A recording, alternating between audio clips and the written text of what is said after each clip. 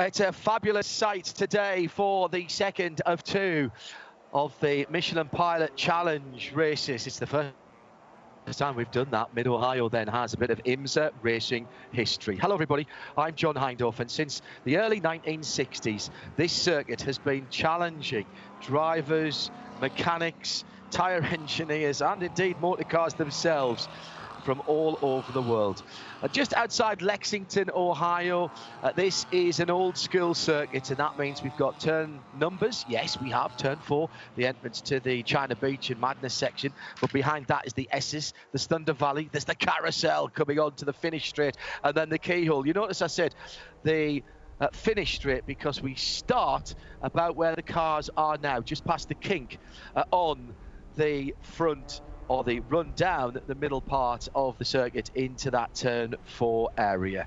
Well, joining me, John Hindorf, in the Haggerty Global Broadcast Centre is Jeremy Shaw. Our VP Racing Fuels pit lane reporter is Shea Adam. And after a tense and exciting race yesterday, Shea, what gossip, updates or other bits of information have you gleaned from the paddock over the last 24 hours or so? Well, our biggest bit of information came in the form of the 54 JDC Miller Motorsport Audi, keeping away from the no spoiler thing, but letting fans know that car did not finish the race for Michael Johnson and Steven Simpson. It was fastest in one of the practice sessions over the course of the weekend, but a fuel pickup issue, which cost them the race at Road Atlanta, Michelin Raceway Road Atlanta a couple weeks ago, reappeared and caused them to not finish yesterday. They worked on it all night. They think they've got it fixed and ready for today's race, but in talking to Steven Simpson this morning, he said they're not going to know until they're really out there in anger. So Michael Johnson out behind the wheel of the car to get things started. He'll have a better idea to radio back to the team, but Steven said they feel good. If the car can last, they feel good about making it to the podium.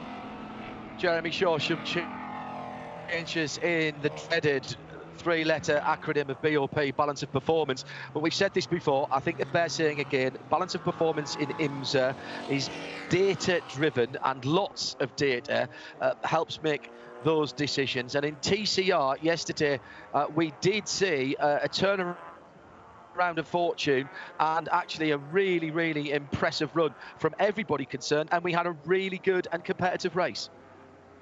We did, yeah. The Hyundais have been absolutely dominant this season. They certainly struggled yesterday with the extra 60 kilos of weight on board the car, as one would expect. So, you know, the kind of boots on the other foot there. But the team sent out a press release yesterday, as they always do after every race, and there was no bitching and moaning about it, which was good to see. You know, sometimes the apple falls your way and sometimes it doesn't. Talk just briefly about that Steven Simpson problem yesterday. That fuel system problem has been ongoing in that number 54 car. So as Shea said, we hope they got it right here today. But what a brilliant effort yesterday by Taylor Hagler to put this car on pole position, the 24-year-old from Texas. This is her second season of proper motor racing, her first in the IMSA Michelin Pilot Challenge, and a brilliant effort by her in qualifying to put that car on pole position.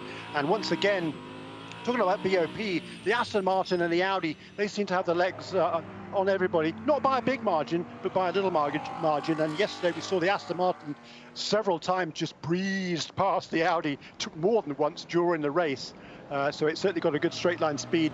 Edge, I think, has the Aston Martin car number 60. Another great effort by Nate Stacey. 4 poles this season for the youngster from Oklahoma.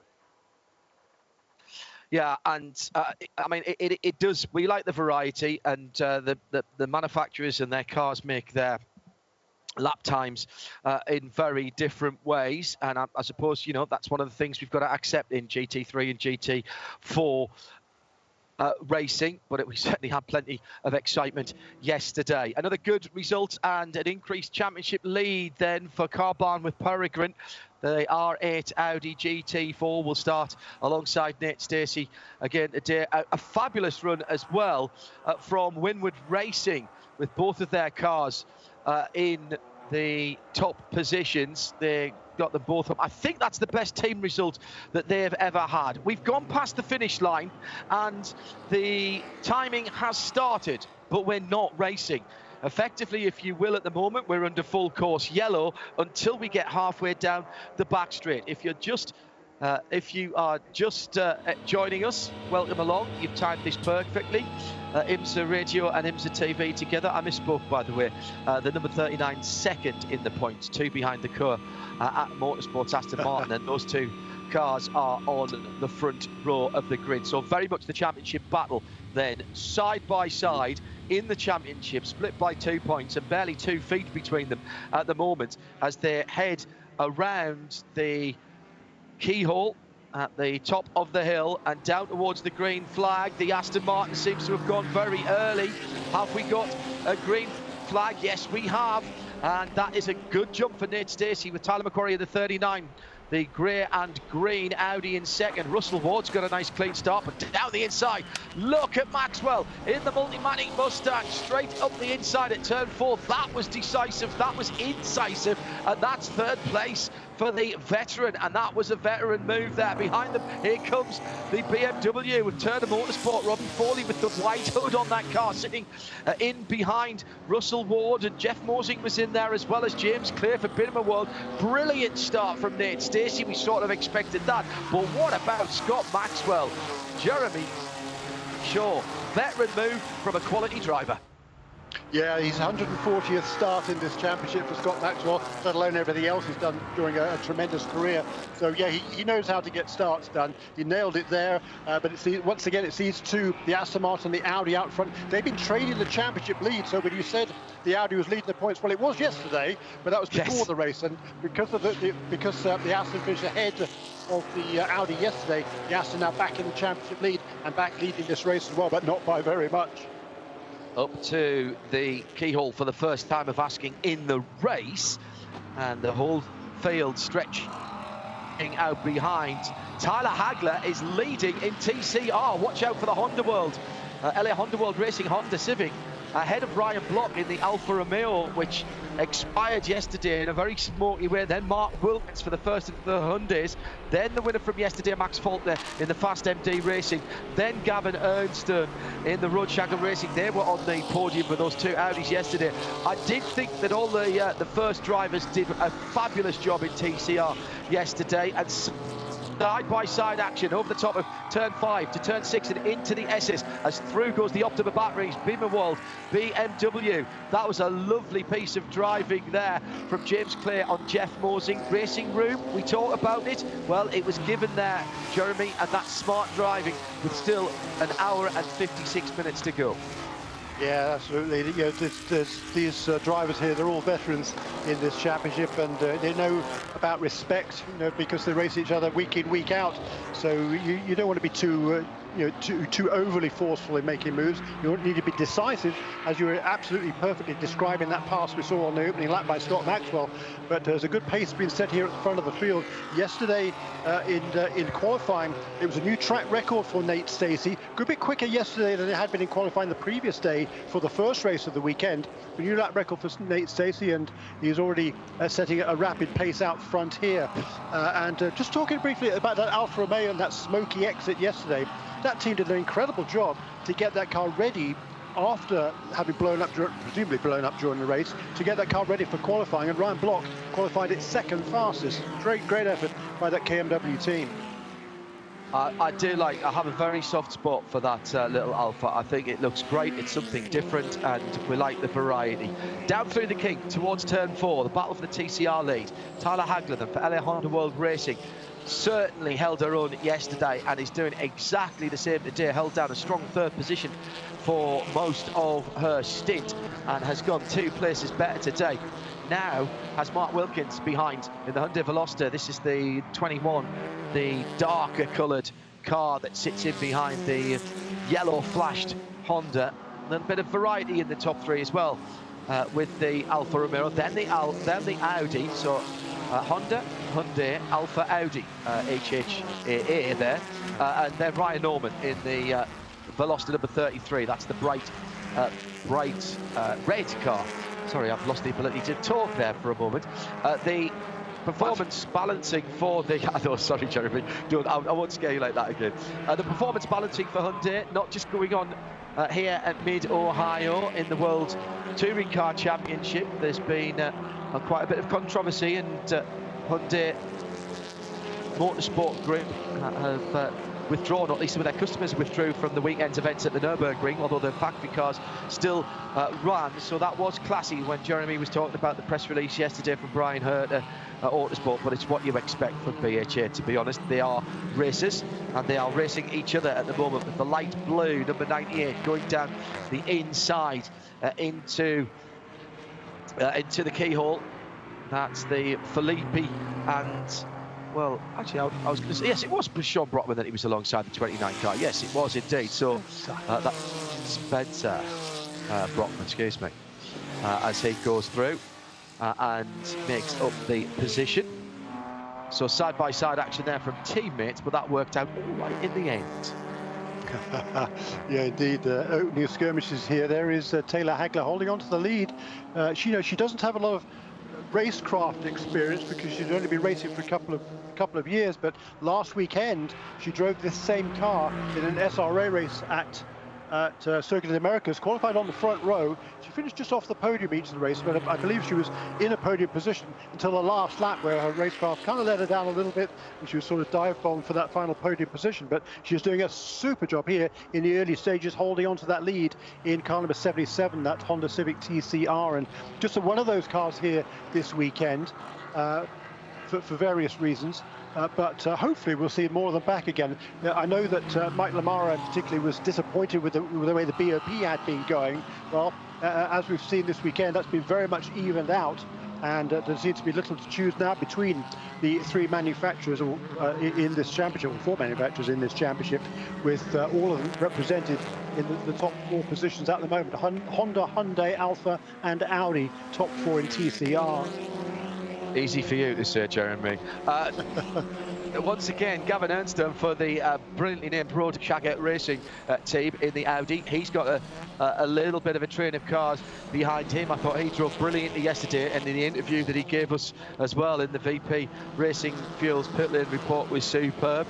He refused to be intimidated or flustered at all by what was going on. Meanwhile, back at the front of the field, Scott Maxwell, third position, has Russell Ward right behind him. That's the Multimatic Motorsport Mustang, Mighty from Maxwell. And Russell Ward, and he's gone by. Yeah, he's got up into third position. Russell Ward in fourth.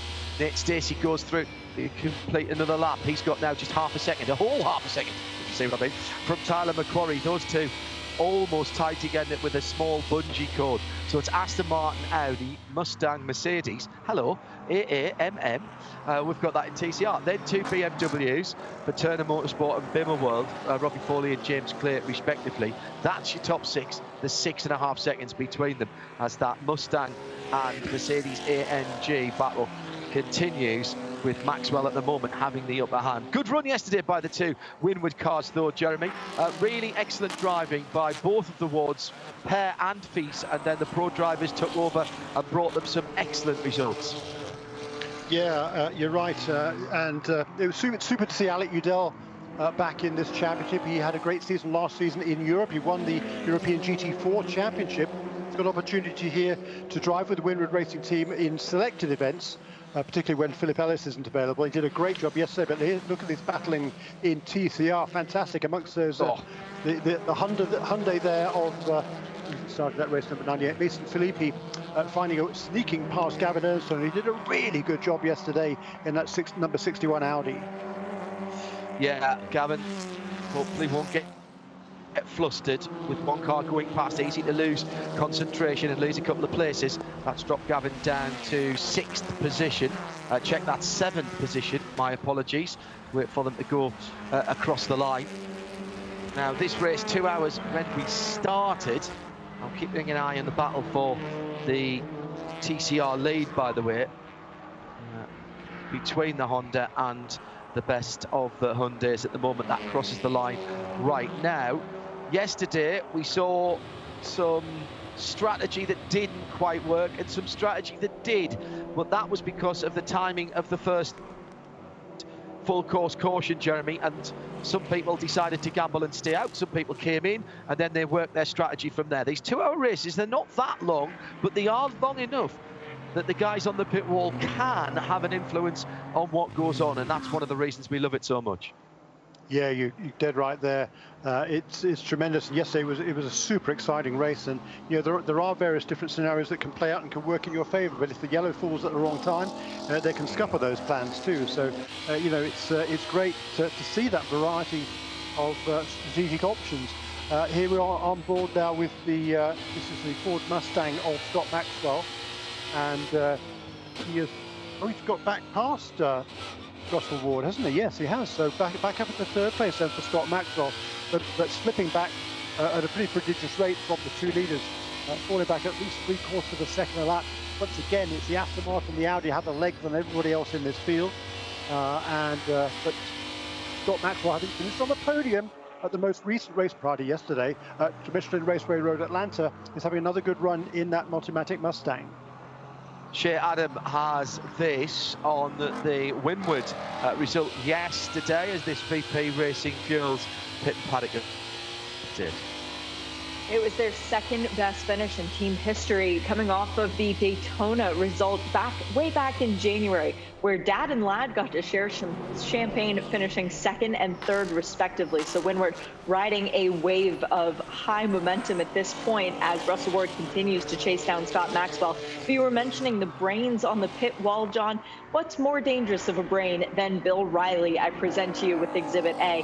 Then you factor in that yesterday, the 35 Riley Technology Mercedes from Jim Cox and Dylan Murray DNF'd. They stopped in the race fairly early on due to contact made in the keyhole and radiator damage, the car going behind the pit wall, which means that 35 Mercedes has a couple extra sets of tires to throw at this race. And with some extra sticker Michelins, that 35 Mercedes, which currently runs at 11th, should be good to run more toward the front than some of their compatriots who used up their extra allotment of tires.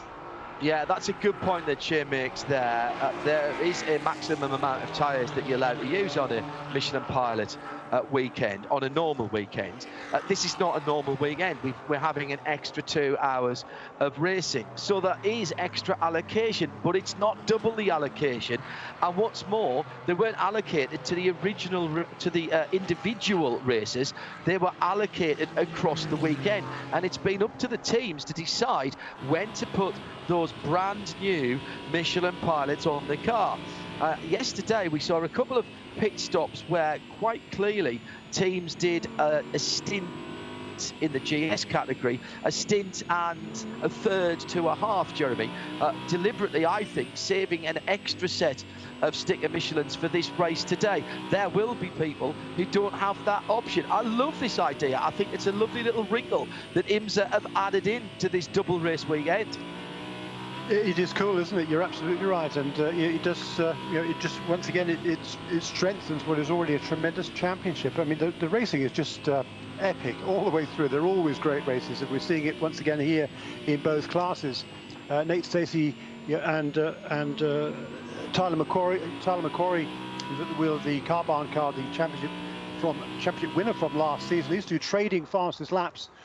This time around, it's the Aston Martin. There's, I think, 0.005 of a second quicker than the Audi. So nothing to choose between these two cars, and it's a great battle that is pulling them further and further away in front of Scott Maxwell. Now 8.5 seconds behind after just 9 laps of racing. 15 minutes in to cover that 9 laps of racing, actually 14 if you want to be absolutely pedantic. Thanks for joining us. RS2 is the home of IMSA Radio every day of the year, every hour of the day, and IMSA TV as well around Europe and most of the rest of the world. Good to have your company this Sunday, and well, hopefully we'll reward your time and effort with some good racing down to turn 4. A little bit of a bump and run tried by Russell Ward on Scott Maxwell. I would think he's seen people do that before, to be quite honest. The right-hand side of the AMG just making contact with the rear quarter panel, and maybe there was just a little bit of a love tap as well as Russell Ward tried to get on terms with the Mustang in that AMG GT4. Scott Maxwell, yeah, just keep bringing it, son. I've seen that one before, don't worry. But in fairness, I'm impressed with Russell. He drove well yesterday, and Russell, his if you get a concentrated and determined Russell Ward, Jeremy Shaw, he's the equal of pretty much any driver on that grid, to be fair. Yeah, no question about it. Experience is so important in this sport. But look at this train of cars here behind Scott Maxwell. There's a train of about 10 cars there, all in a line. Scott Maxwell, Russell Ward, Robbie Foley, James Clay, Jeff Mosey, Nick Gallant, and Bryce Ward, who got past Alan Brynjolfsson on the previous lap to run in the 9th position, moving at Brynjolfsson back to 10th. And those cars from 3rd to 9th, all running absolutely nose to tail, as of course are our 2 leaders. But they pulled out more than half of that main back straightaway over the rest of the field. Down towards turn 4 again, and the scene of the attempted pass. Oh, right round the outside at turn 5, up the top of the brow. That's a brave one. If you can tough it out, Maxwell closes the door, and he had plenty of room to do that. But if Russell Ward had been a little closer, a little further alongside, Maxwell would have had to give racing room there. Real intent being shown by Russell Ward there in 4th position. The 2 leaders, though, getting away whilst this scrap's going on. It's more than 10 seconds now between the Core Motorsports Nate Stacey-driven Aston Martin Vantage GT4 and the Car Bomb with Peregrine Racing Audi R8 GT4 of Tyler McQuarrie. They are still, I don't think they've been more than half a second apart since we dropped the green flag some 16, 17 minutes ago. An extraordinary run for those 2. They are stalking each other through the keyhole now, and it looked like the Audi got a decent run. The Aston is very, very quick in a straight line, and down the hill it will pull out 1, 2, 3 cars lengths to the kink. Now, does the Audi come back? It does a little bit, you know, whilst it's in the draft. Further back down the field, the Riley Motorsports Mercedes AMG GT4 has got James Pesic and PF Racing right in their wheel tracks. That's the Wins-coloured car. In fact, it's not actually. It's the Archangel Motorsports car that's right there, because that's past the PF Racing Mustang. So that's a position that I think has been, it's Cox that's gone by Brynjolfsson, sorry. And Jeremy did mention that now. I do remember, but Brynjolfsson is holding on to the back end of that Wins car, and Pesic is coming to them as well. Yeah, in fact, it was Bryce Ward who got past Brynjolfsson. So Brynjolfsson's just lost another position there. So you're absolutely right. First time to Jim Cox, who is bouncing back from yet another disappointment yesterday. The last 2 races, that team, they just had abysmal luck. And yesterday they got punted off, no fault of Jim Cox's at all, and that pretty much ended their day. So having been the championship leader a few races ago, now all of a sudden they're a long way back in the points table. They got 139 coming into this weekend, tied with Scott Maxwell, the leader, Nate Stacey and Tal Marcelli, 174. So all of a sudden they're 35 points behind Jim Cox and Dylan Moran. That's the equivalent of a whole race win.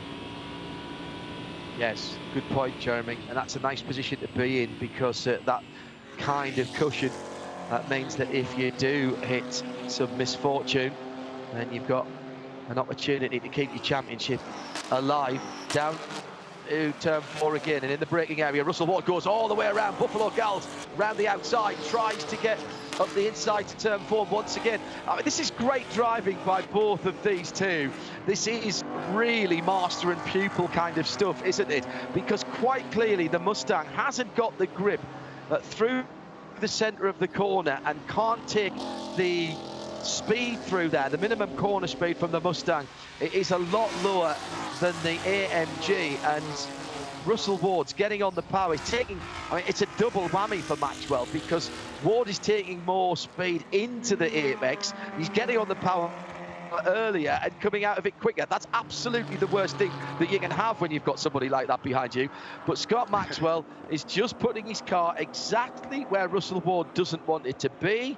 He's checking up in the middle of the corner, so Ward is having to lift off and then go back on the throttle.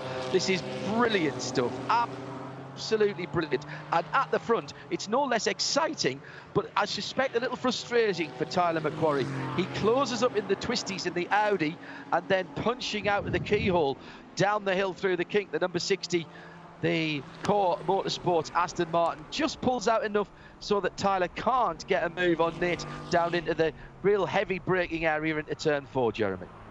Yeah, that's a fair comment, I think. But with Scott Maxwell there and Russell Ward, I think as you say, the Ford doesn't seem to be quite as quick through the corners as the Mercedes and Russell Ward. But I noticed on the previous lap, going over the top of the crest of the hill right here in turn 5, that Russell was doing his very, very best to help Scott Maxwell. He was not just glued to the tail of the Ford. I think he was actually pushing the Ford through the corner, but Maxwell is able to maintain that position still, but continues to fall back once again on that last lap.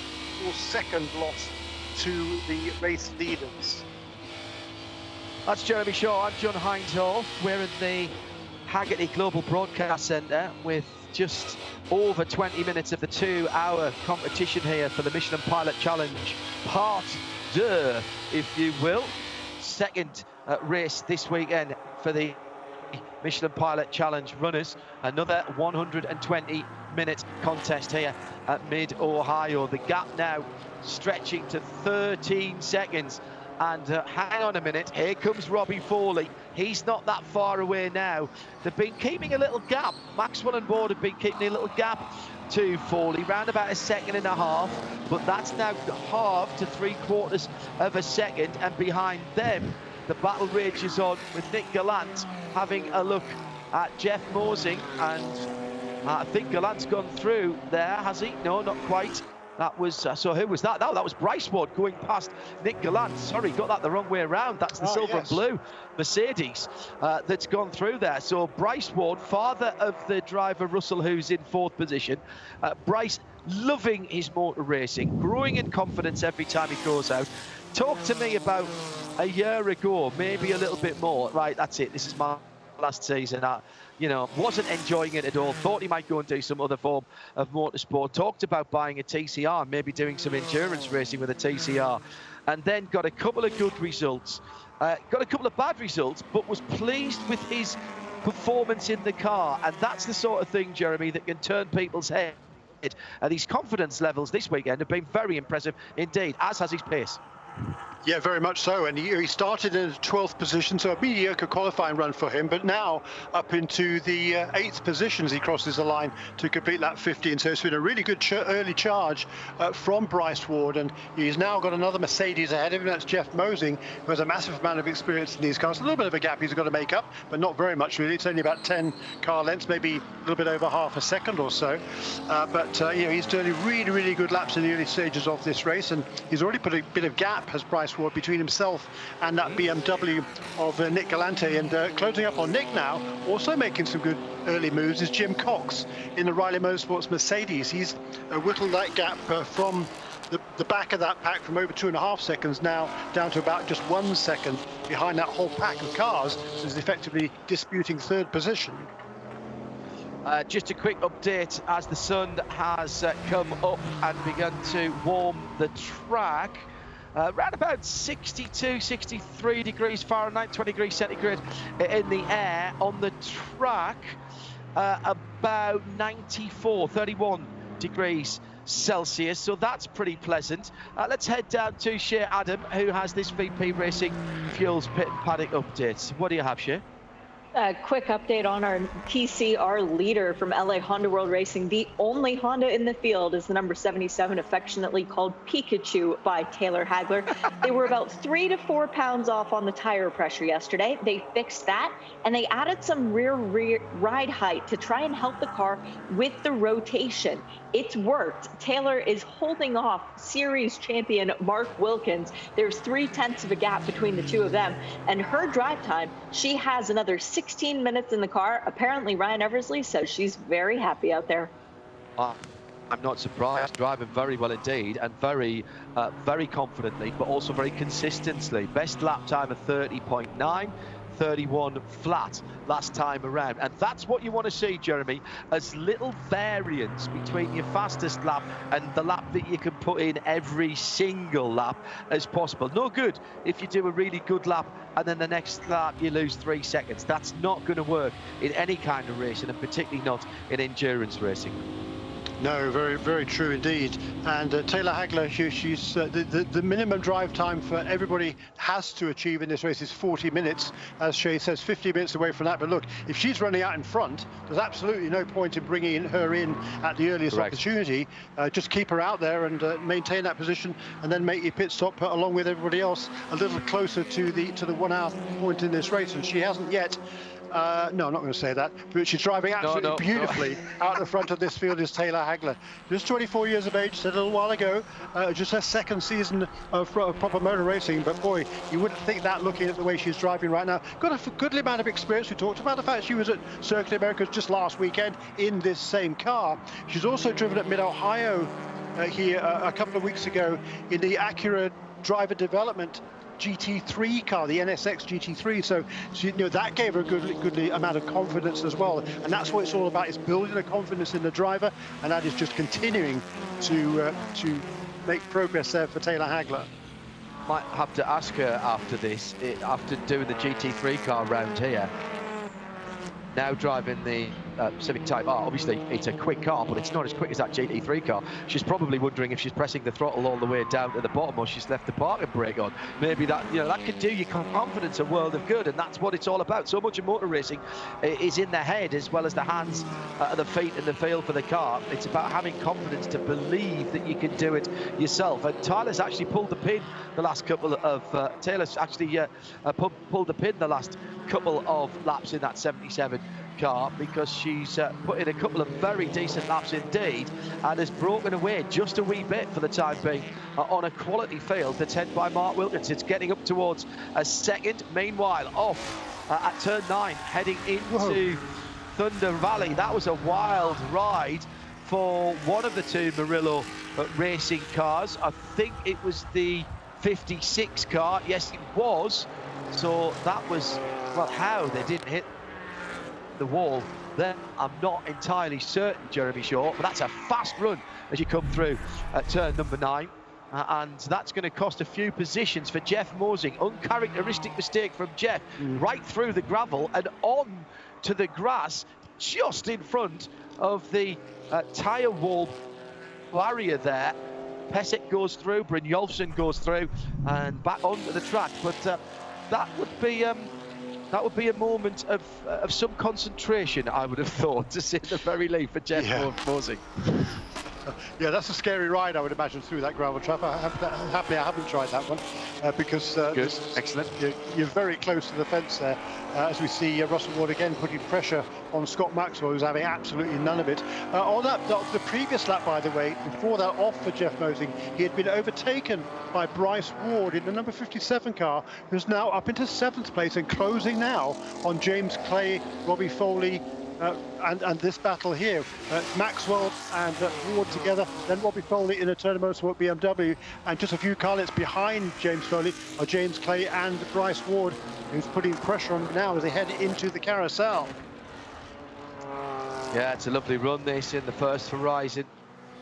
Silver and car for the father of the pair of drivers out there from the Ward family. They are the Ward in Winwood. Oh, huge sideways moment a minute or two ago from Gavin Ernstone. I think he may have got a little helping front bumper there from the Hyundai, but it actually very well held by Gavin. Got sideways and did exactly what you should do. It was Spencer Brockman, who was running in close company with Ernstone, got sideways but turned the wheel and put his foot down and held onto it. That was a super save. He's got Michael Johnson in behind him now in the red, mostly red JDC Miller Motorsport car.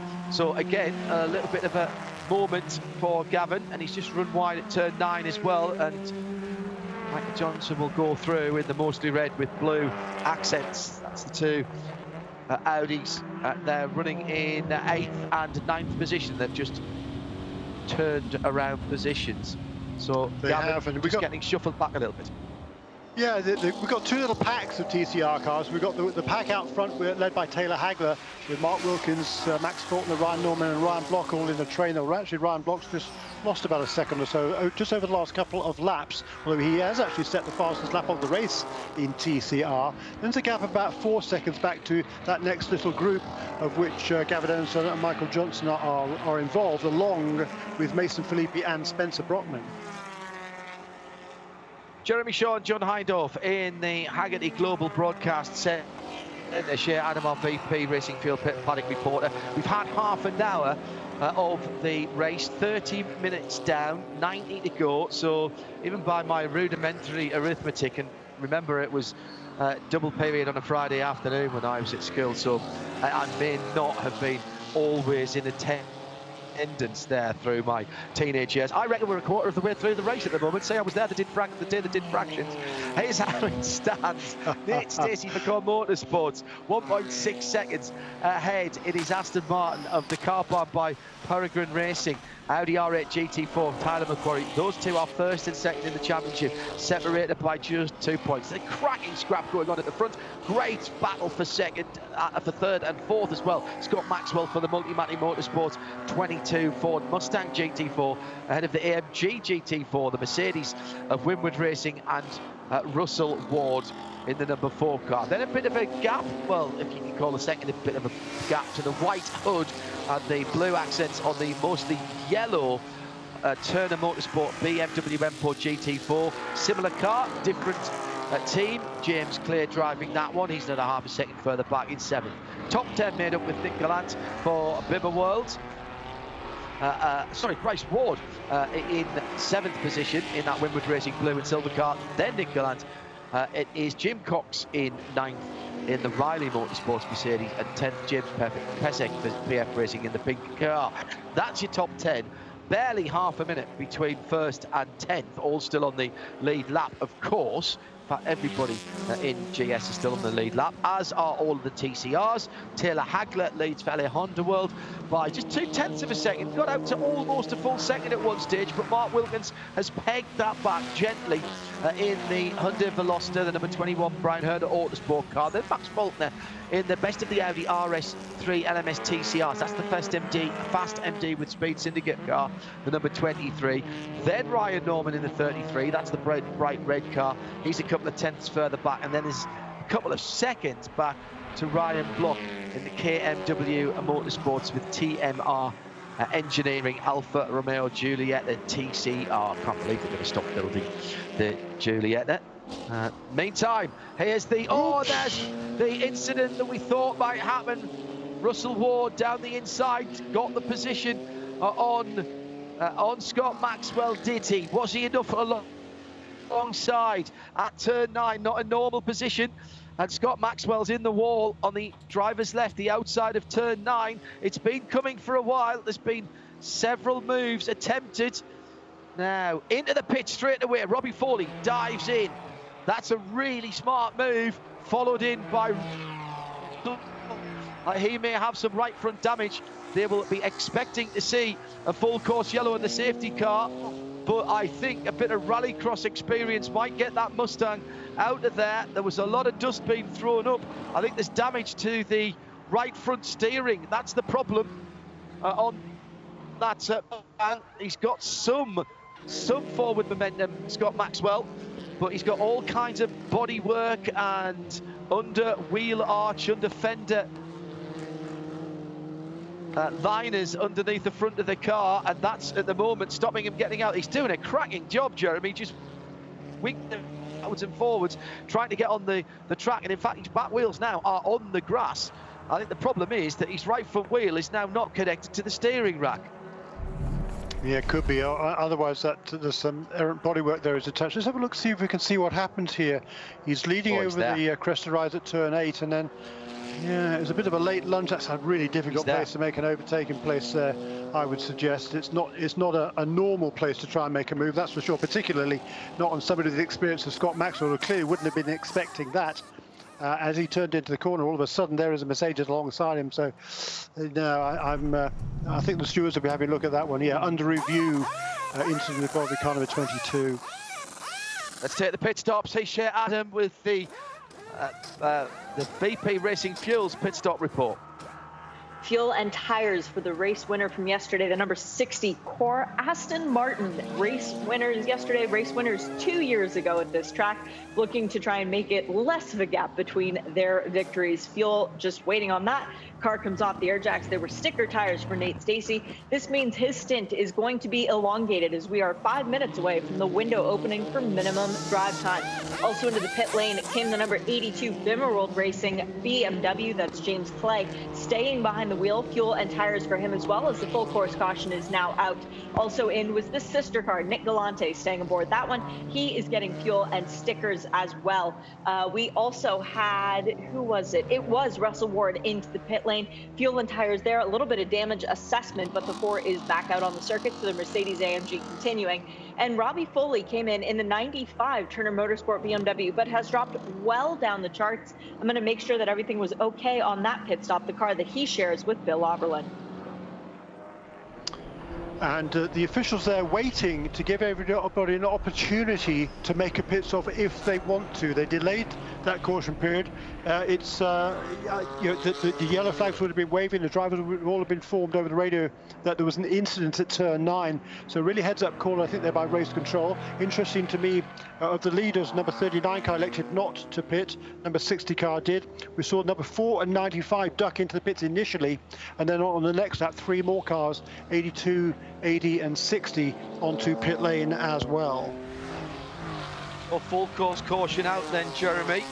So the benefit then for the guys that dived in, I mean, very interesting. They'll cycle through to the front. Scott Maxwell, by the way, did get back onto the track. A big lunge down the inside. There's been a bit of frustration there. He gets his nose ahead, does young Ward, and he's right over to the right-hand side. I think Maxwell's got to give him room there. I think he's got to give him racing room. But look where they are at the apex of the corner. The number 4 car is running wide there. That was a really bold manoeuvre. You're absolutely right. He was completely alongside him before they got to the apex.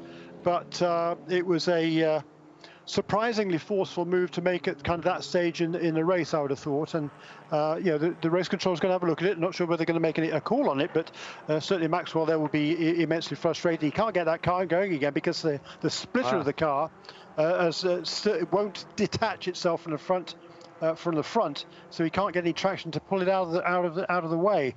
So he's out of the car, and I think that's probably the end of the race for the Multimatic Mustang. That's a great shame for that team. He'd been slipping back in 3rd position. I think also, Jeremy, when we see the right-hand side of that car when it comes back to the pits, she'll be able to tell us that the right wheel might not actually be connected to the steering arm, or at least the steering arm's not connected to the steering rack.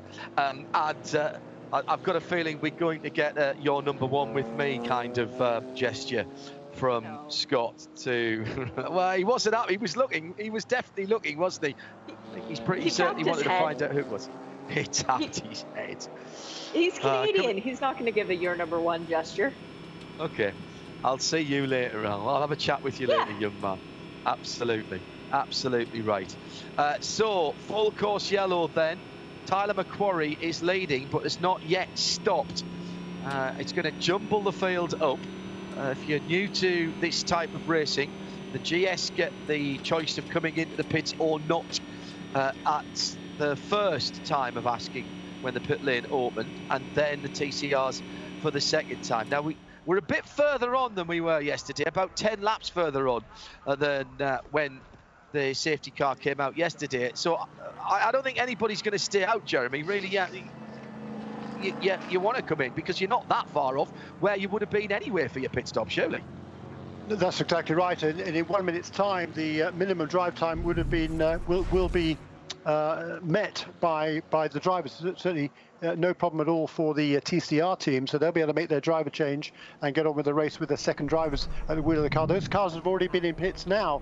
They're certainly going to have to make another stop. I think if there's no more cautions in this race, everybody else is going to have to make one more stop after this caution period in any case. But those divergent strategies once again coming to the fore here. The big advantage that anybody who stays out and didn't pit before the full course yellow is, of course, that they will make that 40 minutes. So anybody who came in they're going to have to come in again. But that means they're going to have to send their first driver longer into the race or be massively disadvantaged.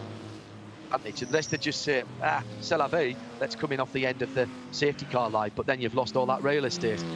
It's a funny one. I suppose it depends how confident, Jeremy, you are in the driver that started the car for you. Yes, absolutely. Were the pits not open this time around? Correct. Pits are open for GS. Has that happened since they crossed the line? Shay, did you notice that? That has happened. Yes, that happened 10 this time the seconds pits ago. are open. Yeah, fine. Yeah. So they'd already gone past the line. Okay. I mean, it seems like a long time since the incident actually took place, as indeed it was, because there was, as we talked about a little earlier on, there was a delay before the full course caution was called. That's because a couple of the cars did duck in right away, and in order not to give them an unfair advantage, race control delayed what would otherwise have been a pretty immediate full course yellow, in order not to disadvantage the rest of the field and give them the opportunity to pit if they wanted. Only 3 of them did, but now everybody else will be on the pit lane. Yeah, I also think they were waiting to see if Maxwell could get that car out, because he made a pretty good fist of getting it out of there, to be honest, as well. And it's one of the things that we've commented on race control at IMSA before. They don't just go for the big red button immediately. They watch to see what develops, and it's given us some great racing down through the years. Shea Adam is watching the pits. Stop for the Aston Martin in this VP Racing Fuels Pit and Paddock Report.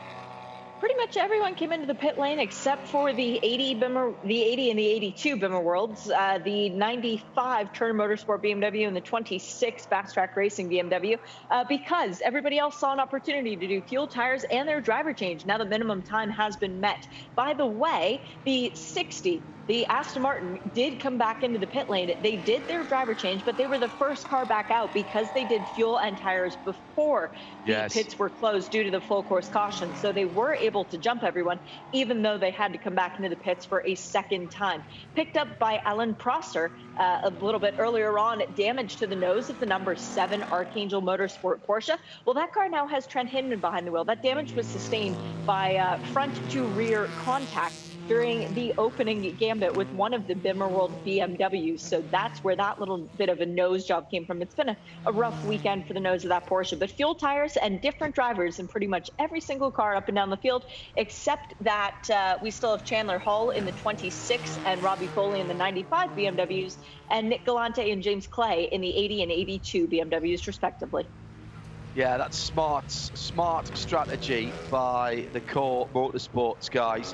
What they realised was that they could get in and out quicker than everybody else who stayed out. So they took the pit stop before the yellow was called, gambled on that to see what would happen. And then when it became obvious that it was going to be over the 40 minutes and therefore you could get your driver out having done their minimum drive time, they came in, put a tiny splash of fuel in, and of course they were stationary for far less time. TCRs are in the pit lane. Great opening stint for Taylor Hagler. She's out of the car, and it is time to believe in orange, because Ryan Eversley loves Mid-Ohio. He loves driving Hondas, and he loves being at the front. The engineers for Brian Herta Autosport, with all of their Hyundais, all the cars into the pit lane, they said they need to win this race on the pit lane. That is going to be their critical advantage. So it is Honda versus the Hyundais.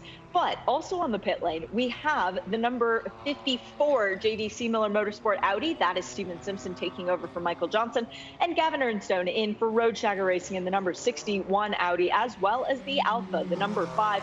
Roy Block brought it in. Tim Lewis Jr. should be taking it back out. Driver changes up and down the field for all of the Hyundais as well. The only car to stay out is one worthy of note, because it is the race winner from yesterday, Max Faulkner, in the Fast MD Audi, car number 23, now shown as the overall leader on timing and scoring. That's interesting. Yeah, it is, Jay, isn't it? And I think the reason for that, John, is they're not super confident to be able to get to the end of the race without having to make another splash pit stop. So they're going to stay out now, and presumably that is, and then come in again not long after we go back to green, I would suggest. But at the moment, he's going to be leading the race overall. Yeah, I presume they'll do a GS class split, Jeremy, and put the GT4 cars back to the front. Yes, they will. Unless they bring the other TCRs past the past the GS cars, yeah. Yeah. Yes. Exactly. Exactly right. That needs This does not happen. Let's put it that way. It's an interesting strategy. The TCR cars could go around about an hour of full green flag racing here at Mid-Ohio Sports Car Course. So if he wants to, he's got just under 15 minutes still to go. And if there's another bit of yellow at the right time, he might be able to make what will then be his last pit stop.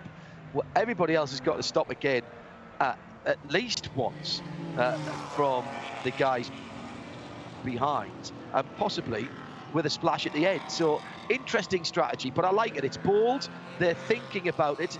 If you do the same as everybody else, then you're going to get the same result. That's an adage in racing, but it's absolutely true, Jeremy.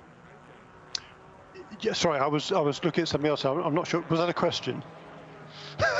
Sorry, I was just trying to figure out what happened to the number 4 car, actually, because Russell Ward all of a sudden is shown as 4 laps down. The car is in the pits and hasn't resumed. That was the car that was involved in that incident with number 22. So we have to find out what's happening with that car. Did you talk about that, Shay? It went behind the wall. I don't think we actually mentioned it, but it is retired with steering rack damage, unfortunately, for Russell Ward. Russell Wilson, it's football day. Yeah, that was wheel-to-wheel contact, wasn't it, or wheel-to-bodywork contact. Thank you for turning out today.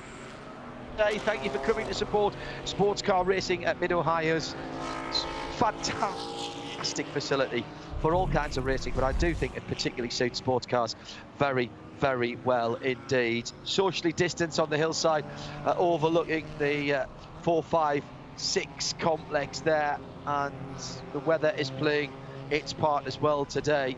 Pleasant out there, not too hot, and once again lovely to visit this part of the world, this green and pleasant land.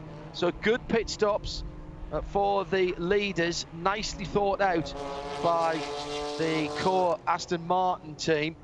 At the moment, as they come back around, that car will be in third place in its class, fourth place overall, but as I say, there will be a class split. In fact, that has now happened. So it will be James Clear for Bimmer World that leads from Nick Gallant from Bimmer World in second. Then the championship leader, Kyle Marcelli, the Canadian behind the wheel, as the Fast MD car of Max Faulkner will drop back behind all the GS runners, and he will then have Ryan Eversley to deal with on new tyres on the restart, and that is the disadvantage of staying out. But I suppose, Jeremy, what they're thinking is, listen, we might get a break and only have to make one more pit stop. Everybody else is going to have to make 2. Yeah, it's really interesting. One more pit stop from here to get to the end of the race. But the interesting thing about that is there were 5 cars that came into the pits before the full course caution came out. One of them was a number 4 car. That's out of the picture now, having been involved in that incident. The other 3 were number 60, the number 95 BMW, not quite sure why that has fallen to the back of the field, and the 2 Bimmer World BMWs. Since then, the number 60 car came in again to serve that driver change, and as Shay talked about, because they'd already taken on fuel, they just had to change the drivers. Much quicker stop, able to vault past everybody else. Brilliant strategy, I think, from Core Motorsports there, and Larry Rehagen and Dean Martin there, to get the car out into third place with the driver change already made. Whereas the 2 Bimmer World BMWs, they have yet to make their driver change out at the front of the field. Dylan Murray, though, up into 4th position now. That's going to be a contender. Trent Hinman right behind him with what we know is a super fast car, because Trent was quickest in the first practice session on Friday. Yeah, and the James Clear, Nick Galante Bimmer World cars, they did pit, so they have been fueled and tyred, so they will go deep into the race. But as Jeremy says, they haven't yet changed their drivers, so that still has to happen. But again, Yeah. the point is that, and it's a point well made, Jeremy, that everybody's got to do another stop anyway. So they're going to see what they can do from here. We're going back to green, 70 minutes still to And go, the the original just 120. very quickly, the loser in that round of pit stops was number 39 team that is up down in 8th position, John. Yes, they stayed out, and Jeff Westphal has taken over that car, and he is down in 8th position. Alec Udell ahead of him in the Winwood. 1, 2, 3, 4, 5. Amazing stuff through the keyhole. Adam, you were going to say? Just a penalty that came through, John, for the leading car, James Clay, number 82, wheel rotation while on the jack stands during their pit stop. Drive-through penalty. You just can't afford those type of mistakes anymore in this championship.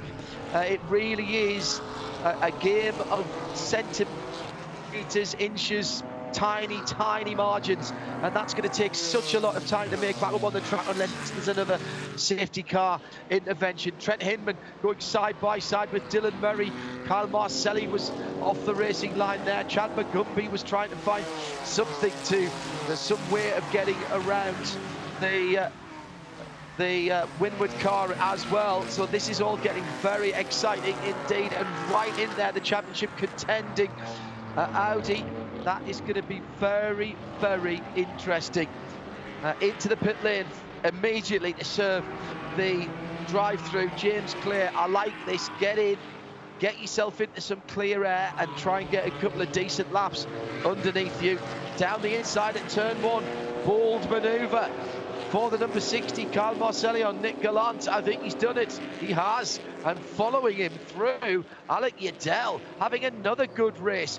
Team formation yesterday for the two Winwood cars. I think he had maybe a slightly better car than Indy Donchi, but they decided in the last quarter of the race or thereabouts to just hold on to what they had. But he's released today, and he's made up another position there. Also coming through, PF Racing with Chad McCumpy. This is all getting a bit anxious for those drivers out there, because they're getting bottled up behind that Nick Galanti Bimmer World car, which is really dropping back through the field now, Jeremy. Yeah, and it is, but a great restart there by Dylan Murray. Goes from 5th place, or 4th place at the restart, up into the lead now. Having made those passes and with the pit stop for James Clay. Alec Udell, as you say, also moving up a couple of positions at the restart. He's found his way past not only the number 40 car, but also, surprisingly, Trent Hinman, who got elbowed out in those early laps in that bright yellow Volt liveried Archangel Motorsport Porsche Cayman. But to Trent now, he's got a fast car, and right behind him on the racetrack is the number 39 car, which is also making its way through. Jeff Westphal having taken over from Tyler McQuarrie. So an hour and 7 minutes to go, and the leading cars head up the hill towards turn 3, the keyhole. Starting to settle down a little bit, dare I say that? Possibly not. The 96B MW Vin Barletta. Oh yes, is fighting his way through. He was side by side with Casey Jr. Jan Halen, by the way, is taking over the BGP Motorsports Porsche. He was quick in that yesterday as well. Big change around in TCR. Gabby Chavez now leads for Brian Hertner in the 33 Red Veloster. He's got Max Faulkner in second for the Fast MD with Speed Syndicate Audi in second place. I don't think Max stopped, did he? No, he didn't. Ryan Eversley's in third, having taken over the 77 car from Taylor Hagler. So that's a change. Chavez at the front of the field now for Hyundai and for Brian Hertner Autosport, Jeremy. Yeah, that was a bold pass error from Gabby Chavez on that restart. He's already pulling away. He'll have fresh tyres on that Hyundai that leads the race now, and also leads the championship. Yesterday was a pretty mediocre day for Ryan Norman and Gabby Chavez, but they finished in 7th place, which is not what they wanted as a championship leaders. The good news is the two cars immediately behind them, second and third in the points, were only one position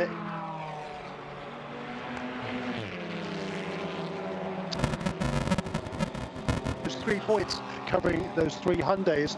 That's the number 33 car, the number 21 and the number 98. Yeah, and the Alpha going nicely as well, sitting as it is in behind another battling Audi out there. Fastest lap of the race there, John. It's by Alec Udell in car number 57, up into 3rd place, and trying to, he's staying right with the 2 leaders, Dylan Murray and Kyle Marcelli, the Aston Martins in 2nd, and Alec Udell right with them in 3rd place. Yeah, and Chad McCumbie's followed him through, Jeremy, in that bright pink PF Racing Ford Mustang. Meantime, side by side, I mentioned the Alpha and the Audi coming down to turn 6. The Alpha's on the inside now, might get a little bit of an advantage, does get an advantage, and goes through. And the Alpha then now up into, what is that? That's 4th position. No, that was Max Fulton dropping back, wasn't it? So he's up to 3rd position. Eversley's up to 2nd. Chavez leading. So it is all changed there. Hyundai, Honda, and then Alfa Romeo. That's your new top 3 as the Fast MD Audi is fading back through the field. Yeah, and the other one's fading back on that last lap is Harry Gottsacker, car number 21. He's back into the 7th position in the class. I think that was a glimpse there of Max Faulkner bringing the number 23 Fast MD racing car onto the pit lane to serve what will be his sole pit stop in this race for sure, with just over half of the race remaining. 56 minutes down, 1 hour and 4 to go. Shea Adam is watching the pit lane as we're watching the battle at the front. Come to you in a second. Shea down at the action area at turn 4. Battle for the lead. Fantastic stuff as Dylan Murray's gone to the lead ahead of not now the Cal Marcelli Core Motorsports car. Alec Udell has gone through, so the Aston goes down to 3rd place. That's the championship leader who's been pushed back a couple of positions. This is wonderful stuff. And a brilliant drive from Dylan Murray and from Alec Udell, and Chad McCumbie's only another 2nd further back. Jeremy, 3, let's call it 3.5, possibly 4 car battle for the lead with 1 hour and 2 still to go.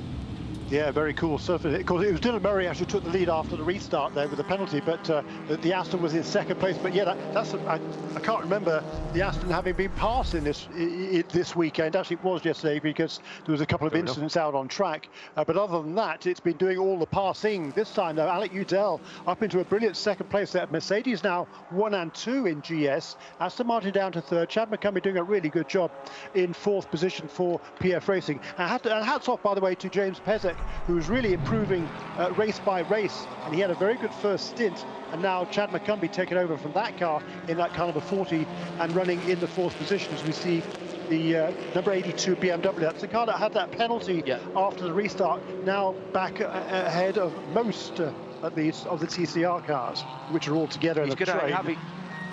Yeah, he's going to have his work cut out to pass some of the rest of them, because Tim Lewis has just put the fastest TCR lap of the race in the Alfa Romeo, 1:30.551. That is not hanging about around here. That's a very good time indeed. Meantime, Shea Adam, sorry, I cut you off a moment or 2 ago. Bring us up to date with what's been going on in the pit lane and some intervention from race control. We'll get back to the TCR battle in a second. Sure, the VP Fuels Racing pit and paddock report, and this is pit and paddock because pit stop, we have the number 23 Fast MD Audi come in. James Vance took it back out on track after a great start from Max Faulkner. Fuel and tires for that car, sole pit stop. Into the pit lane came the number 80, the 80 Bimmer World BMW, Nick Galante.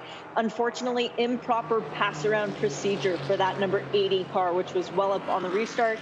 2 minutes and 56 seconds is how long he will be in the penalty box, accompanied by Richard with his handy-dandy stopwatch. It's a long, long penalty that ultimately takes them out of contention. Ouch. How many times? It's been a really unlucky season for that team, hasn't it? Yeah, how many times have we said, can't afford to make mistakes like that? That is going to hurt you, really is going to hurt you. Gabby Chavez then by now just 1.7 seconds from the charging Tim Lewis in that Alfa Romeo Giulietta TCR. 3rd now Stephen Simpson for JDC Miller Motorsport in the RS3 LMS. That's been a good run since the restart for the 54 car and for the South African-born, now naturalised US citizen Stephen Simpson. Further up the GS field, it is getting a bit of bump and grind going on as we're watching the lead is carving their way through the traffic. Riley Motorsports Mercedes MG GT4 from Alan Udell. So Dylan Murray, I nearly did it, Dylan Murray and Alan Udell. Kyle Marcelli for the wins coloured car has, sorry, Kyle, shall I try and do that the right way around? I'm too excited. Riley Motorsports is the wins car. The Winwood car is the silver car. I know, and he's gone through to take the lead, is what I was trying to say. Alec Dell has taken the lead for Winwood Racing in the blue and silver car. The thing is, you get a thought in your head, Jeremy, and by the time it comes out of your mouth, it's all changed. I'm trying to sort of change it mid-stream, and my poor little adult brain won't keep up with it. But that is IMSA Michelin Pilot Challenge Racing down to a T, and that's why we love it.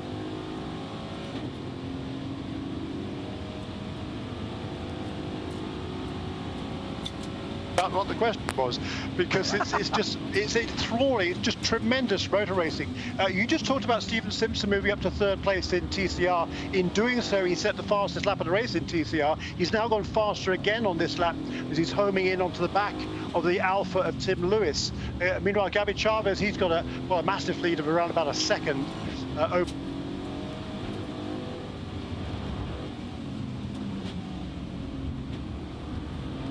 On front again, up front again with the Aston Martin. These three seem to be very closely matched out now. The Aston doesn't seem. We saw yesterday, didn't we? We saw the Aston Martin kind of steam past even the Mercedes in a straight line. We haven't seen that yet in this race.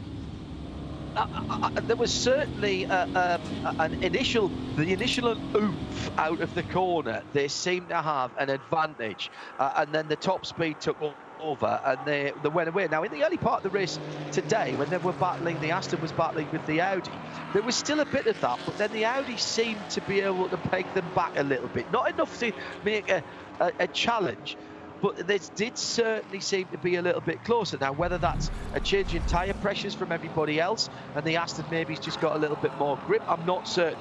By the way, the pass for the lead, surprise, surprise, was down at turn 4. Beautiful textbook Mid-Ohio sports car course pass down the inside, driver's right into turn 4. It's offline, it's a little bit dirty down there, but there is just a little bit of camber to the inside of that right-hander at turn 4, Jeremy, and so long as you get your braking right, you don't lock up a front tyre, you've got every chance of making the pass there, because what you're forcing the person you're going by to do is trying to tough it out round the outside. And we saw yesterday, offline, halfway through the race, that's going to be pretty dirty out there with the remnants of tyre rubber. Yeah, it is, and that's certainly the best overtaking opportunity on this racetrack by a long way. Anything else is always sort of really very much heart in mouth. I mean, it's not easy to make it past the end of the straight, but it's certainly a lot more straightforward than just about anywhere else. But it's certainly an intriguing battle between these three at the front right now. And I'm sure Kyle Marcelli, all these drivers, they've got to make sure, they've got a long way to go in this race. They are, I think, almost certainly going to need another pit stop before the end of it.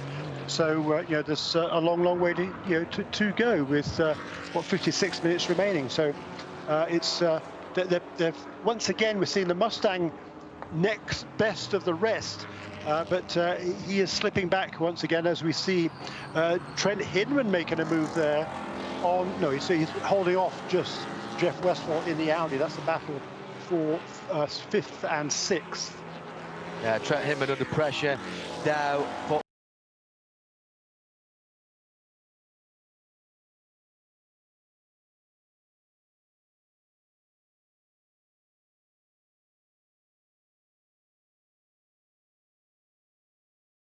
called, keep my eye open. No, I think Hinman's held on. The advantage of that bright highlighter yellow car is that even in the distance, you can see if it's ahead, and it has at the moment. But the battle for first, second and third is magnificent. Shea Adams just made a good point on our text chat between ourselves. It is much cooler today, and maybe that is helping the air temperature, only down at 21 degrees. So what's that, 42, 73.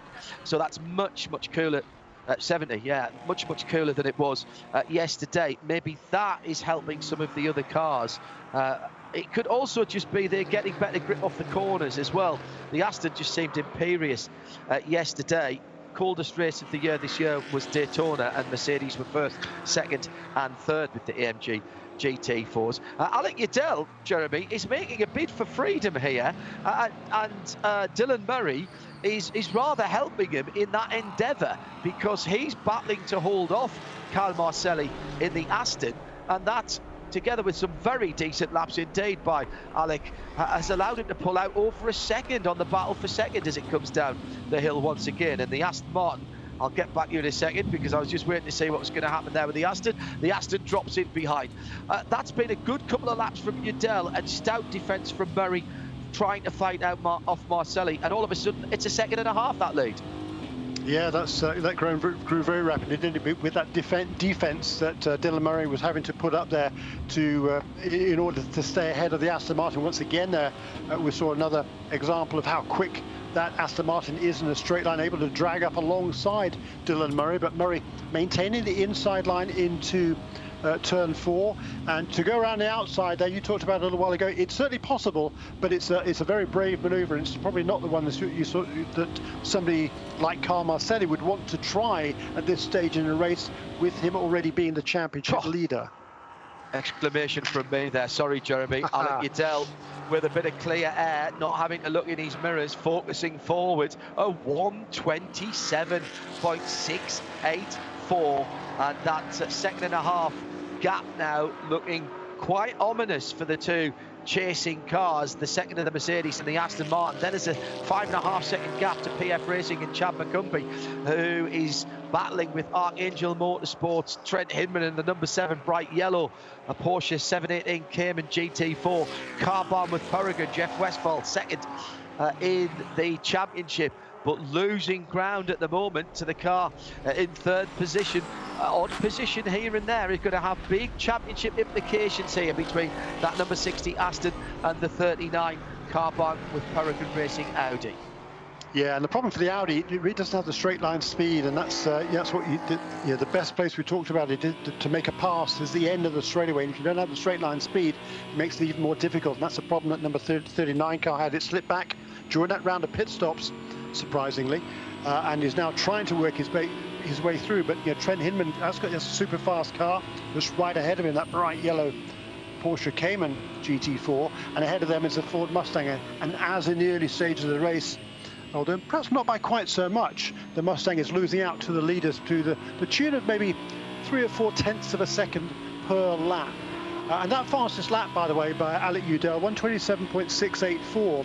That's only just outside the existing lap record that was set last year by Trent Hinman at 127.518. So he's got to find another tenth of a second or so to get a new lap record in GS. New fastest lap of the race, or in the in GS now, is it? No, sorry, yeah, I thought that, I'm reading that completely wrong. In the TCR category, James Vance in the Fast MG Racing Speed Syndicate Audi, 29.5 for him, and the fight back for that car continues. Not sure what happened with that car, but after the pit stops, it did lose a bit of a pace.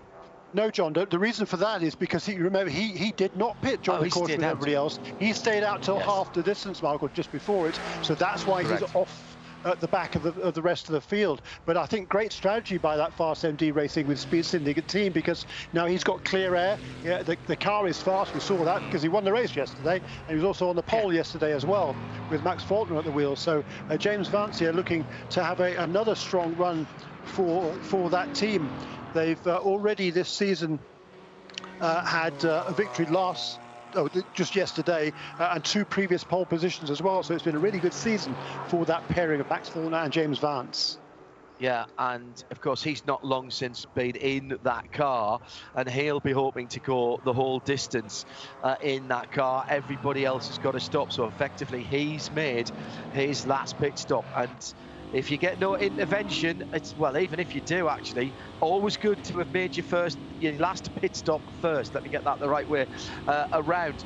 The battles continue right throughout the field. Gabby Chavez has now been pretty much caught by Tim Lewis for the lead in TCR. As into the pit lane comes the 26 BMW side by side over the top of the hill at turn 5. This is the battle for second position. Kyle Marcelli goes round the outside at turn 6 through the S's. They're still side by side underneath the bridge. Wow, that was great driving and great trust, Jeremy Shaw, on both of those guys. Yeah, again, great racing amongst these two. Again, just it's good to see that respect being held between these guys. I mean, they race each other, well, most of them week in, week out. Not really the case for Alec Udell, who's making only sporadic appearances this season for the Windward team, but what a job he is doing at the front of the field. But these other two here, Dylan Murray and Kyle Marcelli, very definitely championship contenders, at least up to the last couple of races for Dylan Murray. Because they had retirements, unfortunately, first out of the race in each of the last 2 races. That's cost them a lot of points, but he's not going to give up that position without a big fight. We're now within the window, clearly, to be able to make it to the end of the race here with one final pit stop. That's why we're seeing number 7 and number 38, the 2 Porsches onto the pit lane at the same time. That's frustrating for the Archangel car to see the BGB Porsche directly ahead of him pull into the pit lane. And they're going to have to reverse that car, number 7, in order to get around the number 38. I think it's going to cost them time. Are you allowed to move a car whilst the fuel hose is still attached? Because they've just pushed that Archangel Motorsport car back with the fuel hose in and the fueler still on the bonnet. As it happens, they didn't need to do that because the BGB car has left. The other thing that they needed to be aware of there, Jeremy, was the fact that you're getting down within 8 minutes of having to get your second driver in if you haven't changed. And if you get the wrong side of a safety car there, and the yellow flags come out, that could have been very costly indeed. As in comes Riley Motorsports from second place. Dylan Murray just in time to be watched by Shea Adam and this VP Racing Fuel Pit and Paddock report. Riley will have the freshest pit crew on the lane because they didn't have to do very much yesterday, aside from change out the radiator and all that stuff behind the wall. But we'll ignore that. Fuel and tires going on to this wins Mercedes. Those Michelins have stickers on them. They've done the left sides. I think they're going left only because that's the amount of time the fuel would need to take. Just waiting. You can hear Dylan Murray revving the Mercedes engine in the background as Trent Hinman pulls away, and wow, Dylan Murray side on, has to crank the wheel over for the guardrail, but away he goes. Yeah, that was giving up second position to make his last pit stop. 47 minutes as he exits the pit lane, which is still to go.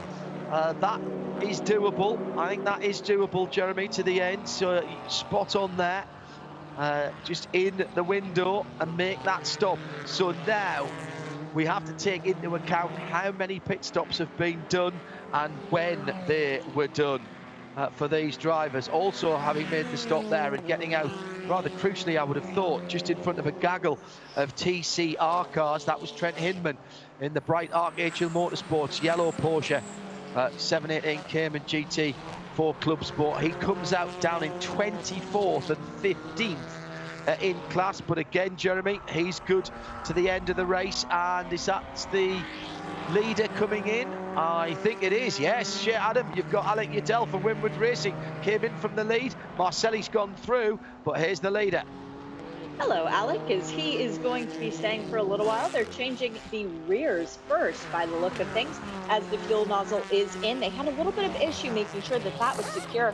Also into the pit lane is the second in championship, number 39, Carbon, with Paragon Racing car Jeff Westphal staying aboard. He too is getting some new rear tires.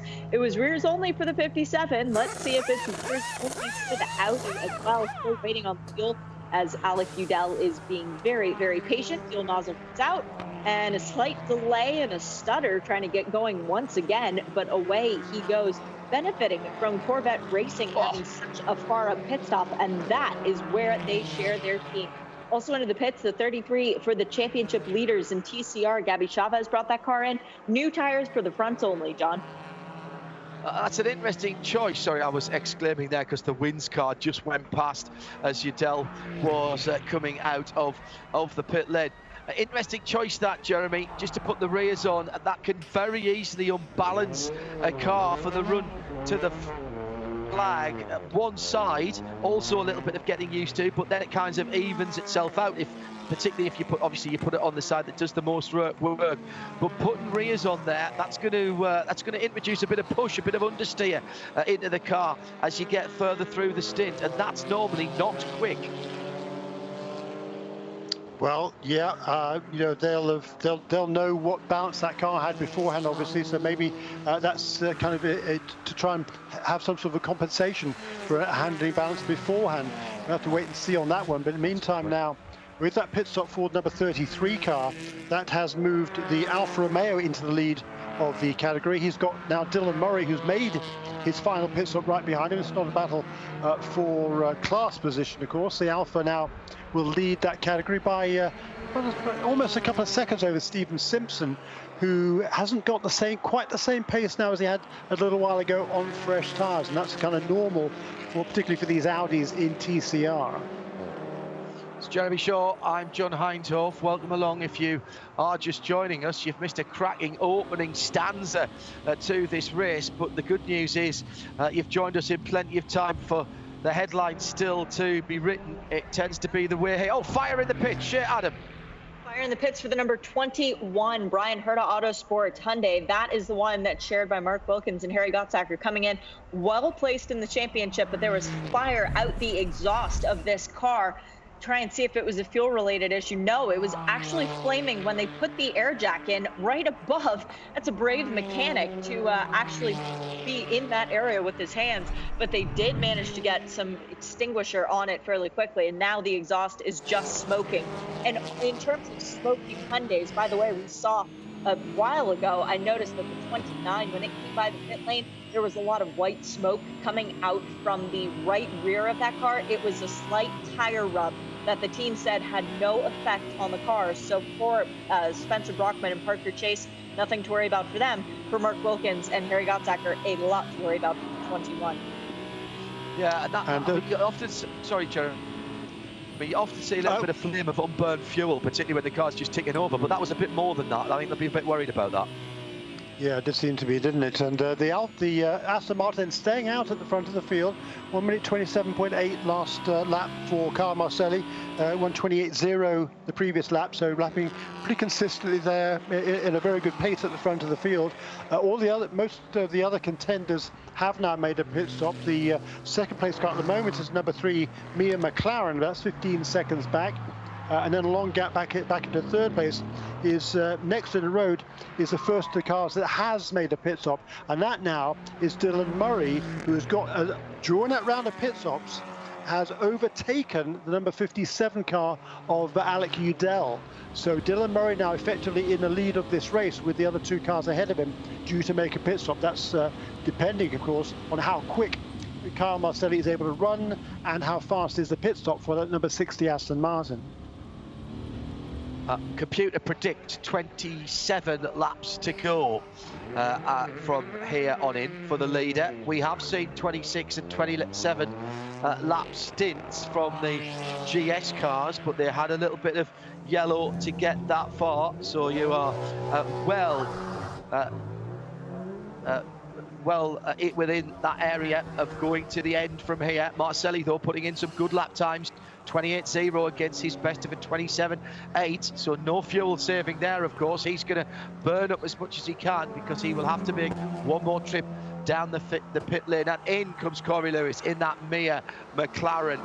And yesterday, Eric Karum, who is Mia's dad, her phone blew up yesterday when we were mentioning Mia. That is the person for whom the team is named. It stands for Motorsport in Action, but that was put together to mirror the letters of Mia's name. So Mia, if you're listening again today, your team your team, Mia, is doing very well indeed. That McLaren in and out, Shea Adam, with Corey Lewis staying at the wheel.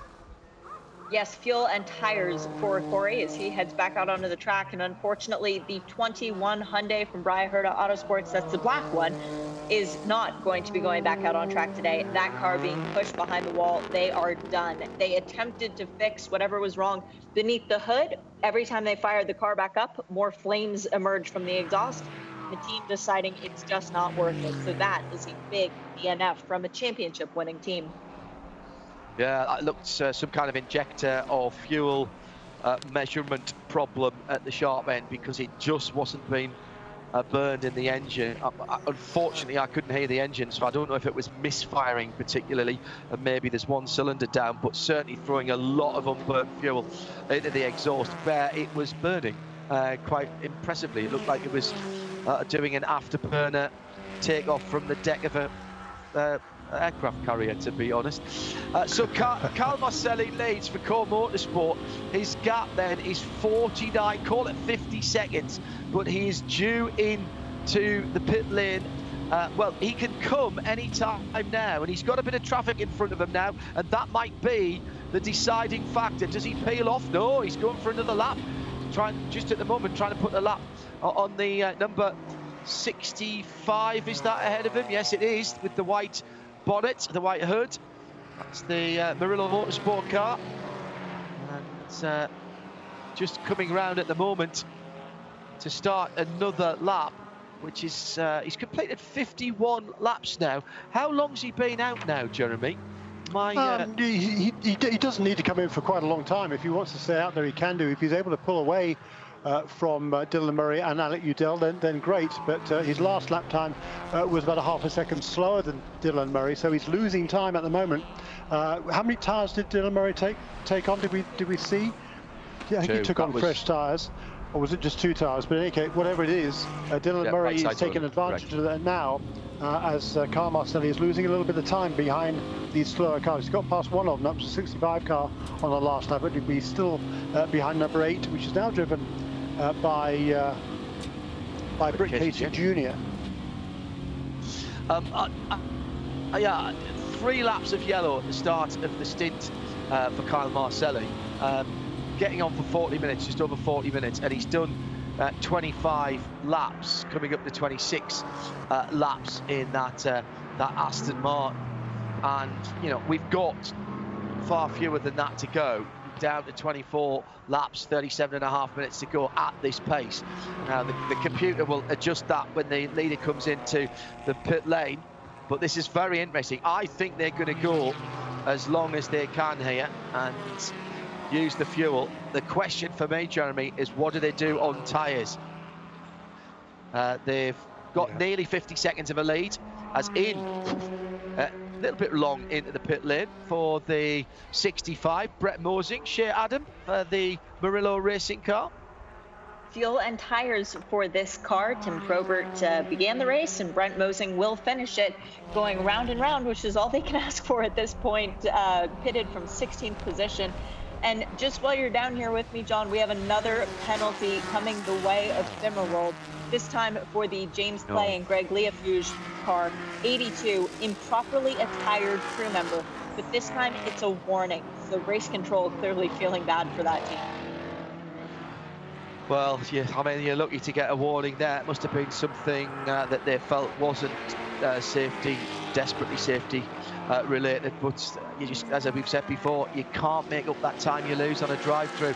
Alec Udell, Jeremy, another fastest lap of the race for Winwood. He has led the race, currently 5-0, 50 seconds behind the leader, but more importantly, only 2 seconds behind Dylan Murray, who is probably going to either inherit the lead or get close to it, as in comes Marcelli. This is the moment. The race is right here, and watching it is Shea Adam with his VP Racing Fuel pit and paddock report.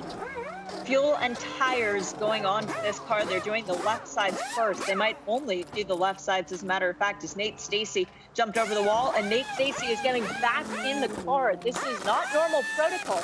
for the Core Motorsports Aston Martin crew. They normally leave Marcelli into the end of the race. Putting Nate back in might be a good move. 2 pole positions so far this weekend.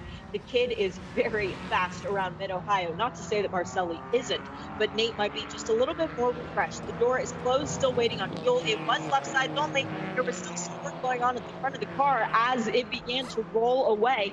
That might be a penalty. Let's play, see if they actually, or if he moved in his own accord. Well, Kyle Marcelli only just clicked over the 40-minute mark, 42 minutes. I think they'll be all right. Nate Stacey had done nearly 45 minutes early on. So my original thought was, oh, did they not get enough time for Nate early on? But that does not seem to be the case. Out he goes. But already... That's really weird. Yeah, really weird. Already Riley Motorsports and Winwood have gone through. They are now some 1.8 seconds apart, down towards turn 4 now for the new leader of the race. Then this is Dylan Murray, Riley Motorsports in the Wins car, then with a Ward racing car. That's the 57, the silver and blue AMG. BGB,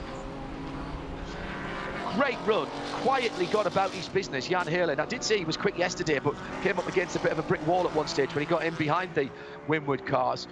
Today, he's found a bit of clear air, and he's running now in what is 3rd position, ahead of Chad Bagumbi in the PF Racing Pink Mustang.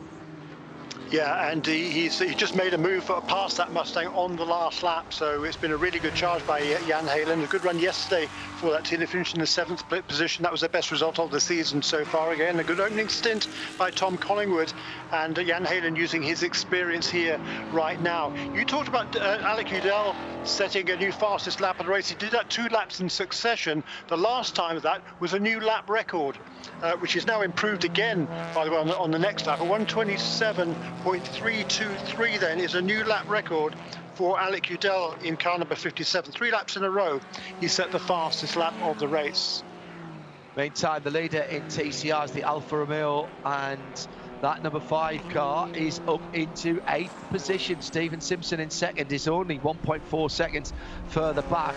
And then there's quite a gap, actually, behind those guys, getting on for 10 seconds to Ryan Eversley in the 77 LA Honda World that Taylor Hagler started in 3rd position. But I'm thinking that those 2 guys might have to stop again. The Lewis car, well, it's been out there 42 minutes. He's probably got another 15 minutes or so to go, but we've got 32 minutes remaining. So there will have to be a splash if there's no intervention from our safety car, from the full course yellow. And if that doesn't happen, then certainly those 2 are going to have to stop before the end. And I think Ryan Eversley is on the same strategy, and John Morley as well. Yes, they are. So all of those top 4 are going to have to stop if we go green to the end. That's the TCR top 4 I'm talking about. Meantime, Udell has pulled a little bit of time on the leader through the traffic. Very impressive indeed. Under a second, make that 3/4 of a second now with just 1 car between him and the leader. Real opportunist driving here from Udell. Has really made his mark through the traffic. The leader, it's always difficult for the leader, Jeremy, isn't it, when you first come on track? It really is, John. Yeah, just go back there before the round of pit stops. Number 57 car led the number 60 by about 3.5 seconds. When they came out of the pits, the advantage was the other way, just about the same, around about 3 seconds. But now that gap is down to less than a second between those 2 Mercedes at the front of the field. And I think that strategy to stay out by the Core Motorsports Aston Martin this time was a mistake, because each time he stayed out on track, he was having to pass some slower cars. That cost him valuable time. And all of a sudden now he's almost 8 seconds behind the front 2 cars in that Aston Martin. And that's a real strange decision to change drivers. I mean, Nate Stacey is fast now, but I'm thinking that there must have been some sort of a problem for Carl Marcelli, because he doesn't normally get out of a race car, particularly when they're in contention to win the race. So I think we'll have to try and follow up on that one. Meanwhile, the other loser once again in that round of pit stops was number 39 car. It lost several positions, including one to its own teammate. The number 93 came out ahead of it. That has now been redressed. So Westphal is ahead of Tom Dyer in the number 93, and they're in 6th and 7th. And Westphal is now trying to close the gap to that Chad McCumbee PF Racing pink Ford Mustang ahead of him. But now the two leaders absolutely nose to tail. Yeah, brilliant stuff again from Murray and Udell. Ding ding, seconds out, round 3, isn't it? This one, round the outside to turn 4, traffic ahead.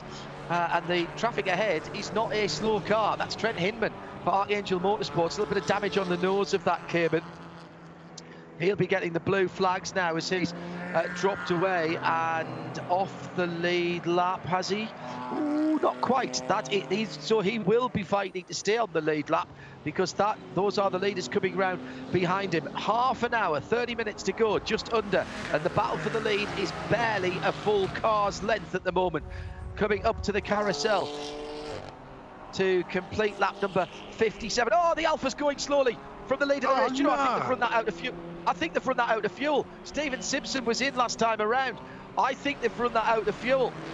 They've been out there for quite a long time, and it doesn't look to have any damage on the side of the car. He's off the racing line at the moment. Shea Adam, you watched Stephen Simpson come in just a moment or two ago, and they were on the same strategy. They were on the exact same pit strategy, John. Yes, that does look quite bad for the Alpha. They just can't catch a little bit of luck. But for Stephen Simpson, it was fuel, and I believe he got 2 new tires on that stop. Stephen is going to have a very fun day today, because not only is he racing in the TCR car, he's doing strategy for one of the JDC Miller Motorsports prototypes, the 85, nice, that he's normally a driver for. The team has been wanting him to do strategy for a couple of races now. This is the first opportunity where things line up, so it's a brand new day for Stephen Simpson. Ah, nice.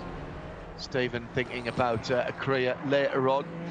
So Murray and Udell lead 1st and 2nd, and they are as close as they could possibly be, unless one was on top of each other. I mean, it is just extraordinary, and the amount of concentration that it takes for Alec Udell to follow that closely. They are closing in gently on Trent Hinman, who is up to speed again now. The Alpha has made it back to the pits. I've done them a disservice there, and I'm going to say that straight away. They've not run that car out of fuel. That was a technical problem. The car has ground to a halt. Tim Lewis maybe stuck in gear or something like that. I'm not sure, but there's no effort at all to try and put spanners or computers into that car. Just going back to the 60 car with Nate Stacey back in that machine, I just wonder, Jeremy, I agree with you that I've not seen Kyle Marcelli want to get out of a race car. You've normally get a crowbar and a winch to get him out, particularly when he's in with a shout of a win. I wonder if he's not feeling well, or he's cramped up, or maybe the seat insert wasn't working for him or something like that, because that is very unusual indeed. My thoughts precisely, yes, indeed. But you know, Nate Stacey is very competent. I mean, he's come on in leaps and bounds the last few years as well. Amazing to believe he's still only 20 years of age, actually, Nate Stacey. But he put the car on pole position. It was a really good lap this morning. So you know, he's fast, and he's closing the gap to the two Mercedes that are at it hammer and tongs out at the front of the field, and coming up to put a lap on Trent Hinman. Correct, exactly right. And they've been doing that for the last 3 or 4 laps, Jeremy. They're gently closing him down, but that, you know, Trent has got every right to try and fight to stay on the lead lap, and this could really mix things up. Half a second taking out the leaders. I think that must have been a slow pit stop. Yes. No, they haven't made an extra stop, I don't think. It just must have been a really slow one, I guess. I hadn't noticed that previously, but that car, you know, was very much in the thick of things up until its last stop, which was on lap 44, I think. it was kind of one of the first cars. That was one of the first cars, wasn't it, to come in and make what should have been its final stop. But clearly it's off the pace now, and Trent Hindman moves over, lets the two leaders go through, and what a battle this is between those front two. But back to third place, another couple of tenths of a second made up by Nate Stacey over these two battling Mercedes.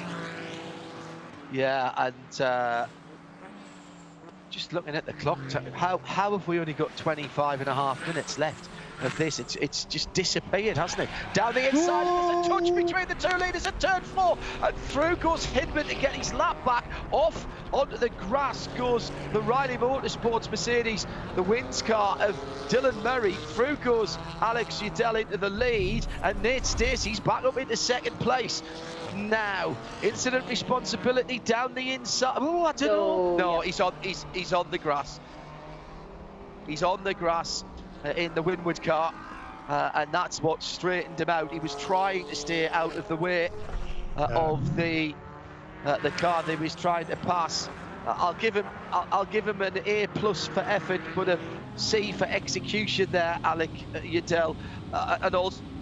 So I think, Jeremy, I think he realised he was in trouble, tried to get the car as far to the right as possible, but as soon as that right front Michelin hit the grass, he was almost picking up speed there, and the contact actually inevitable. Yeah, I mean, the ABS on these cars, it can be a bit susceptible to some sort of inconsistencies. Whether that caught out Alec, I don't know, but certainly I think you've got to pin that as a mistake on Alec Udell, who on this lap, I guess the last lap, set a new fastest lap of the race. No, forget that, scratch that, sorry. No, 31, he did a 31.5. Yeah, exactly. Yeah, he has got the fastest lap of the race, which is, I think you said, is a record.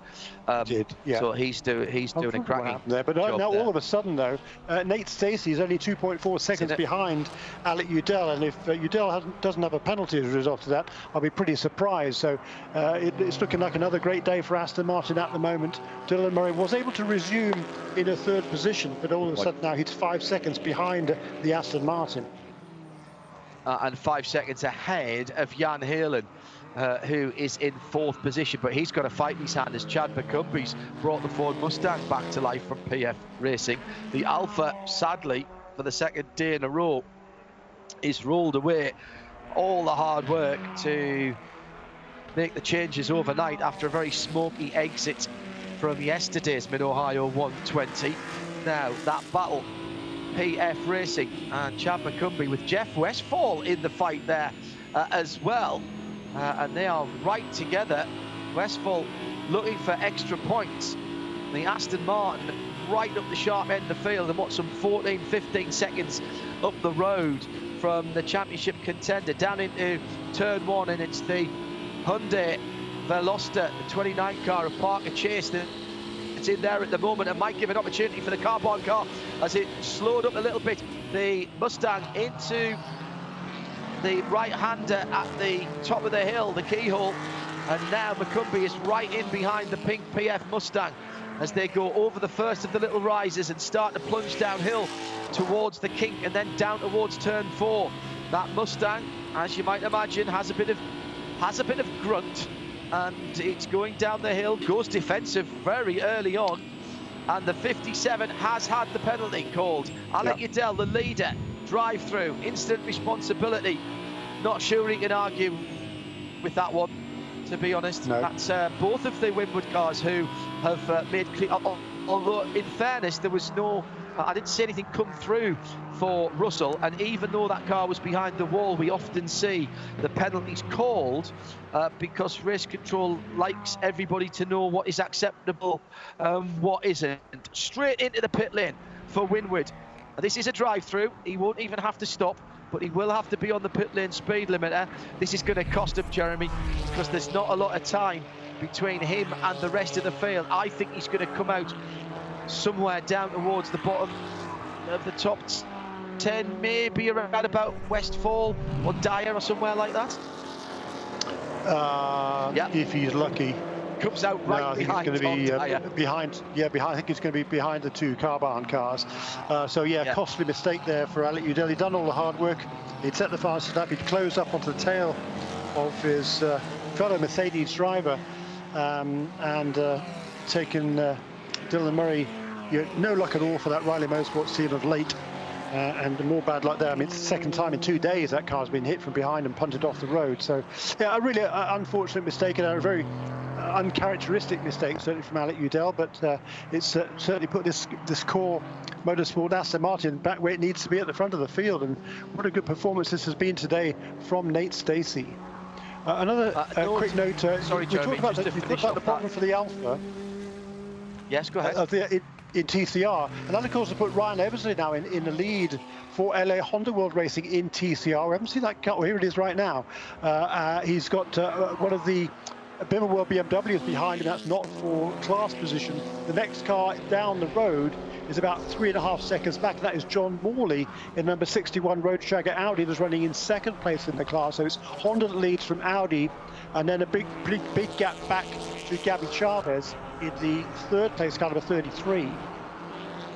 Just a final note on that penalty, by the way, for Alec Udell. Note that was called for incident responsibility. There's no necessity for that to be deliberate, and neither is that being implied there. And I don't think it was, Jeremy, at all. That was a good battle that had been going on for a while. He went down the inside. Quite simply, he outbraked himself. And, there's nothing malicious in that. He's not trying to move somebody out the way. Oh, big no! blow. Oh, and it's the Eversley car. It's the Honda, and the engine's given up in the biggest possible way, just coming into the carousel. He's not got far to coast into the pit, but it looks like a scene from a Bond movie. It's just white smoke everywhere. That's a turbo. That's a turbo seal that's got on that car.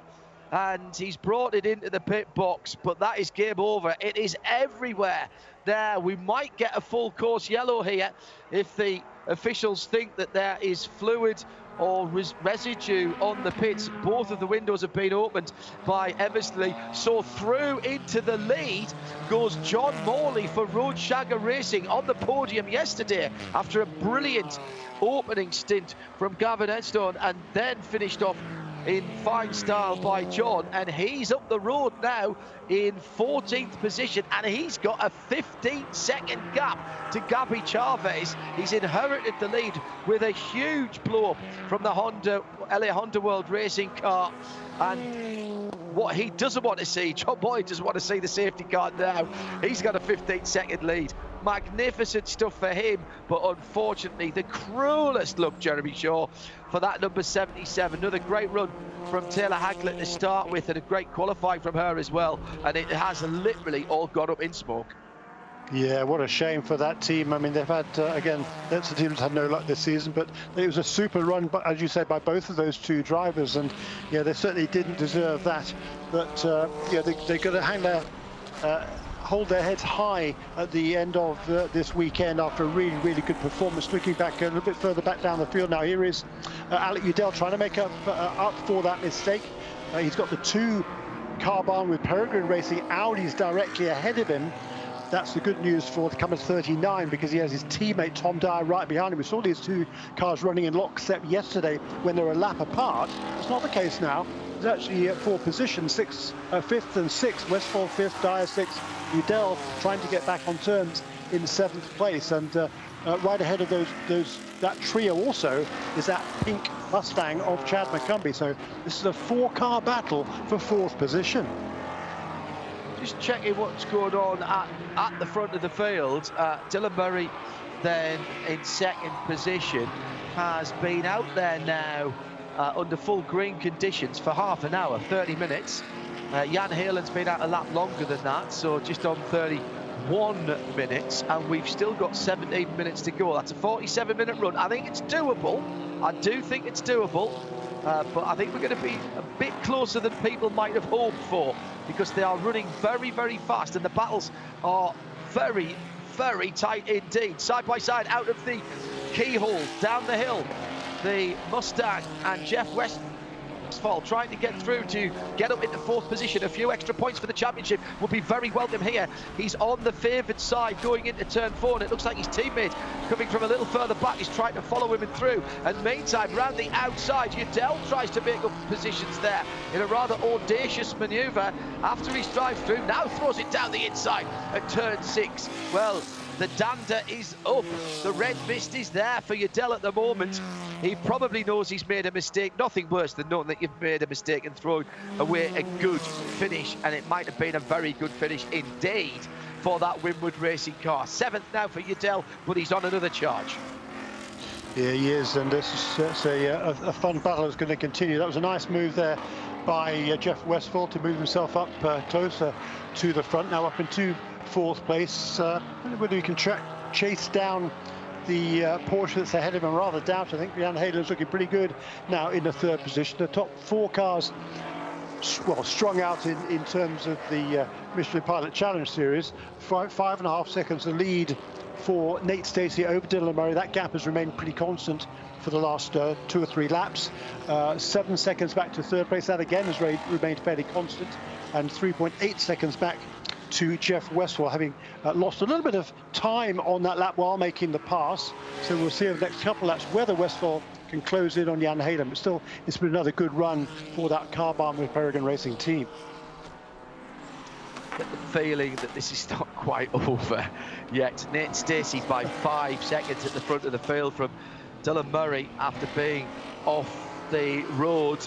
He's going to be a bit annoyed, but still in 2nd place. And the BGB Motorsports Porsche Cayman, Jan Hagler, fairly lonely race, to be honest, in this second half of his stint, Jeremy. He's 7 seconds behind the car in front, 4 seconds in front of the car behind. But he's turning in good lap times, 28.5 last time around, and has quietly, gently come from, well, I don't know where he's come from, because we've not really called his name too much. There was one battle where he was in the middle of it or that car was in the middle of it for a little while. Then we saw it in the pits. But this looks like a podium position for that car at this stage of the race. It really does. It's been an excellent performance, but they called the strategies just right. It's been great driving by Jan Hagler after a good first stint by Tom Collingwood, the Canadian. You know, they are running in that 3rd position, and I can't really see them giving that up at this stage. Jeff Westphal is pulled away a little bit, certainly, from this other group. He actually did close on that last lap on Hagler by actually around about a half a second, so he was a good bit quicker. We'll see whether he can maintain that. Just looking a bit further back down the order, Corey Lewis is got a move on there in the Mia McLaren. He's in 10th position, and in the wheel tracks of Bill Aublin unable to shake him off, which is a little bit surprising. The BMW I thought was quicker earlier in the weekend, certainly. Meanwhile, in TCR, I'm keeping an eye on that, because the gap between 1st and 2nd is closing at a pretty reasonable rate. It's about a second a lap over the last several laps between John Morley and Gabby Chavez, but closing on both of those two in 3rd position is Stephen Simpson in the number 54 JDC Miller Motorsports Audi as well. So we're going to keep an eye on that battle. Well, I don't think Morley can go to the end. I mean, he's been out there an hour now already, hasn't he? Because they came in early on, and I don't think he can get to the end. I don't think so. I think it's most unlikely, unless he's done a magnificent job of fuel save. Oh, yes, unless he's taken the water bottle out, put fuel in instead. Chavez has only been out there for half that time, so he's got no issues at all with 12.5 minutes to go. So I think that, unfortunately, John Morley's going to have to give that position up, and Stephen Simpson, who has stopped a couple of times, and Stephen, he's certainly good when to did go. he last stop, Jeremy? Oh yeah, he was the last one to stop, because I think he's only been out there about 15 minutes, 18 minutes. That's right. And closing quite quickly on Gabby Chavez. The gap now down to 2 seconds. It was 2.7 the previous lap. It was 3.2 before that, and it was over 4 seconds, not too long ago. So Stephen Simpson is coming towards the Gabby Chavez Hyundai. Yeah, I think he's in the best shape, Simpson, at the moment. He's certainly in fuel. He's got to be in the best shape, but he's also driving very well indeed. And the problem is that so is Gabby Chavez. He's got 2.5 seconds to make up on him before he gets a chance of it. Jan Hagler, mentioned a few moments ago, coming to the end of the lap, out of the carousel, right to the yellow cars on the right hand side, and through to turn one. Awesome turn into turn one. You can't see the exit of it. You turn in blind and then up over the curb on the right-hand side. A good, well set up car through there is a joy to behold if you're standing on the inside wall. You see the drivers and the cars and the suspension and the chassis all working very hard through turn one at Mid-Ohio. And that's where we are for the second race of two in the IMSA Michelin Pilot Challenge, the second of the Mid-Ohio 120 events this weekend, as IMSA have done a cracking job in trying to get the full season run this difficult and challenging year.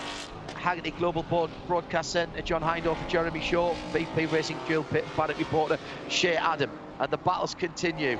Udell down the inside at 6, he likes that tight entry to 6, but ahead of him Jeff Westphal says you can keep sticking your nose in there, but I'm just quicker into it. It's as simple as that. Shea Adam, before anything explodes in our face again, with 10 minutes exactly to go, give us a rundown of what's been happening over the last few laps. We've had some retirements, we've got some questions about fuel. What do you think? We've had official retirements from the 21, the 5, and the 7 TCR cars. That's the Honda, the Alpha, and one of the Hyundais, the black Hyundai. Those are officially retired now. The cause of retirement for the Alpha, the reason it slowed down on track, the turbo let go. So you were right in calling it turbo from the lead, but we don't know yet what it was with the 77. We do know it was the case with the 5. I'm pretty sure the Alpha's turbo let go yesterday as well. They're working these little 2-litre 4-cylinder turbocharged engines very hard to get 320 horsepower out of them. John Morley with 9 minutes to go. If he makes this, that is extraordinary. His lap times are good, but I've got a feeling they're rolling the dice here, Jeremy. I really do. Can he get another 7 or 8 laps out of that? That's going to be brilliant if he can. It won't be that many. It'll be less. It'll be probably 5 laps to go. We've seen that team roll the dice before. And certainly John Morley, he knows how to save fuel.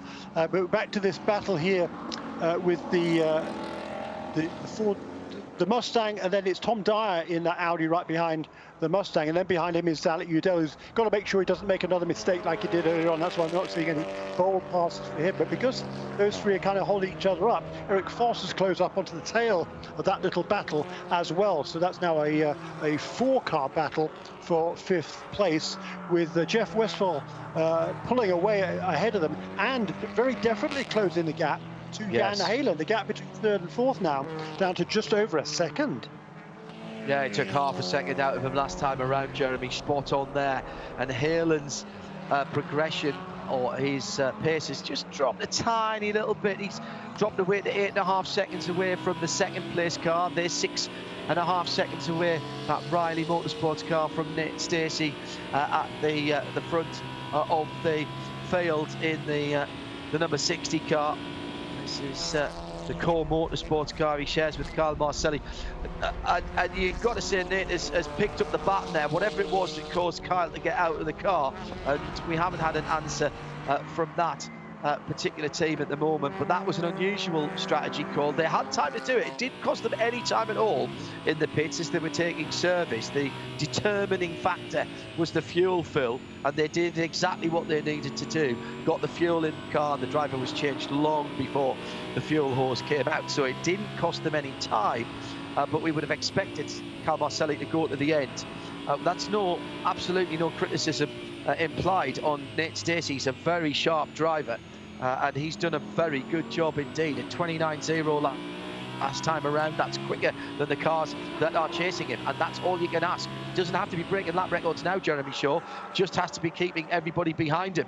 And meantime, the battle for what is 3rd place now is on, because Jan Haaland's been caught up through the twisty bits behind one of the Hyundais. That's the 98. He was stood behind for a bit, and Westphal says, hello, I recognise the back of that car. That's a position on the podium if I can get through.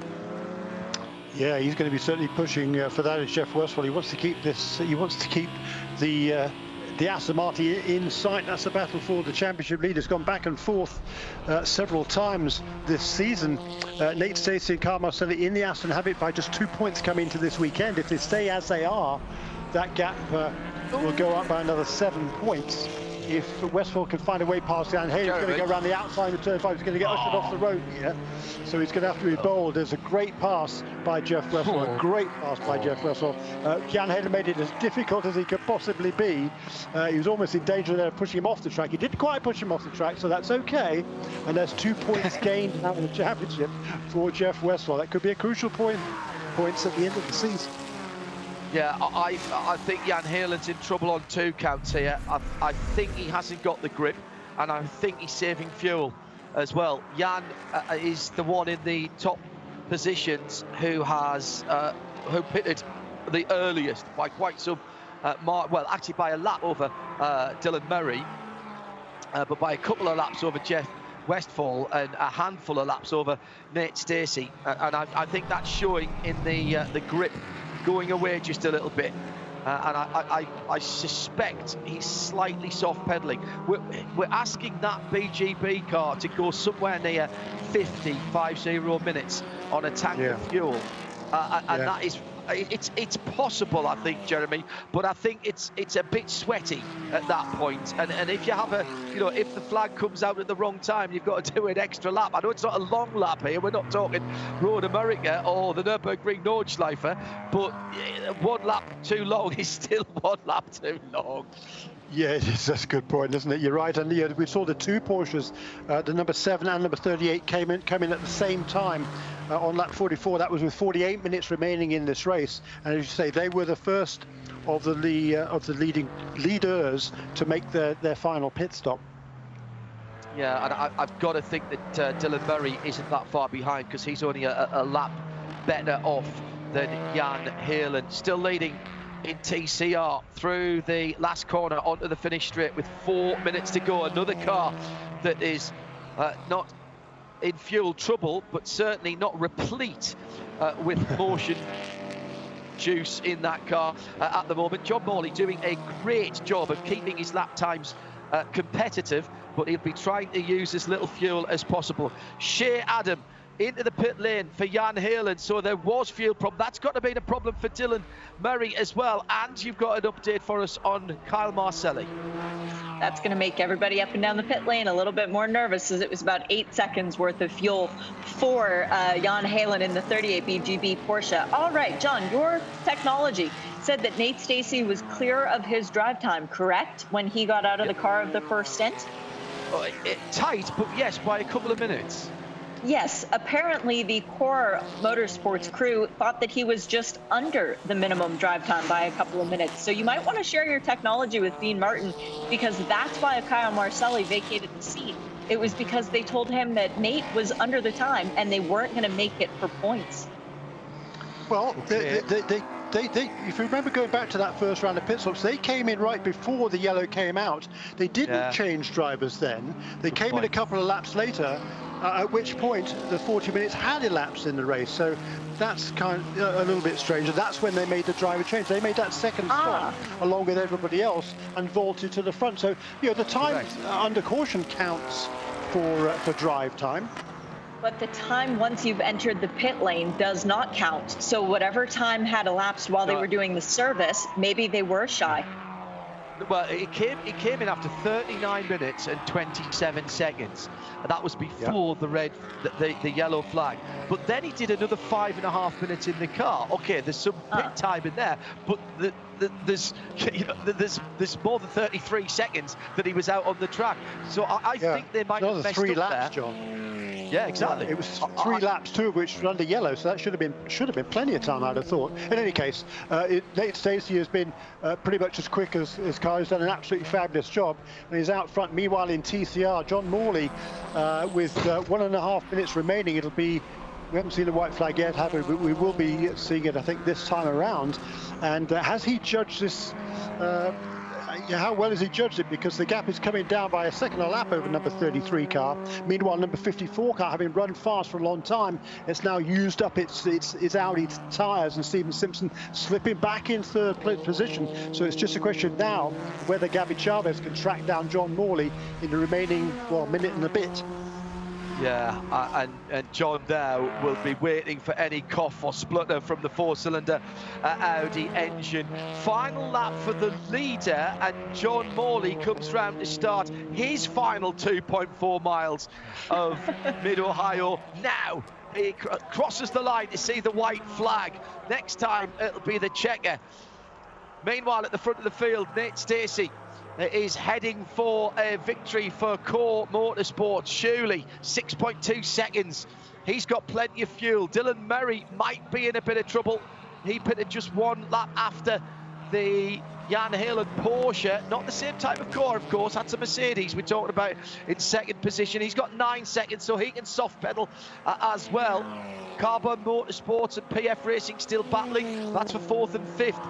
McCumbee and Dyer absolutely together, but the question will be, how quick can John Morley do this last mile and a half? He's through now to turn number 5 in front of the fans down there. On your feet for him, ladies and gentlemen. This has been a great drive, and the car behind him is Gabby Chavez. Chavez was 2.6. It's coming down at the front of the field. It's another Aston Martin victory at Mid-Ohio Sports Car Course, and the second Mid-Ohio 120 of the weekend will go to Core Motorsports. Nate Stacey finishing it off, even though he probably didn't need to, but he takes the glory laps and the points, and that's great for their championship. John Morley not too far behind in the carousel for the final time.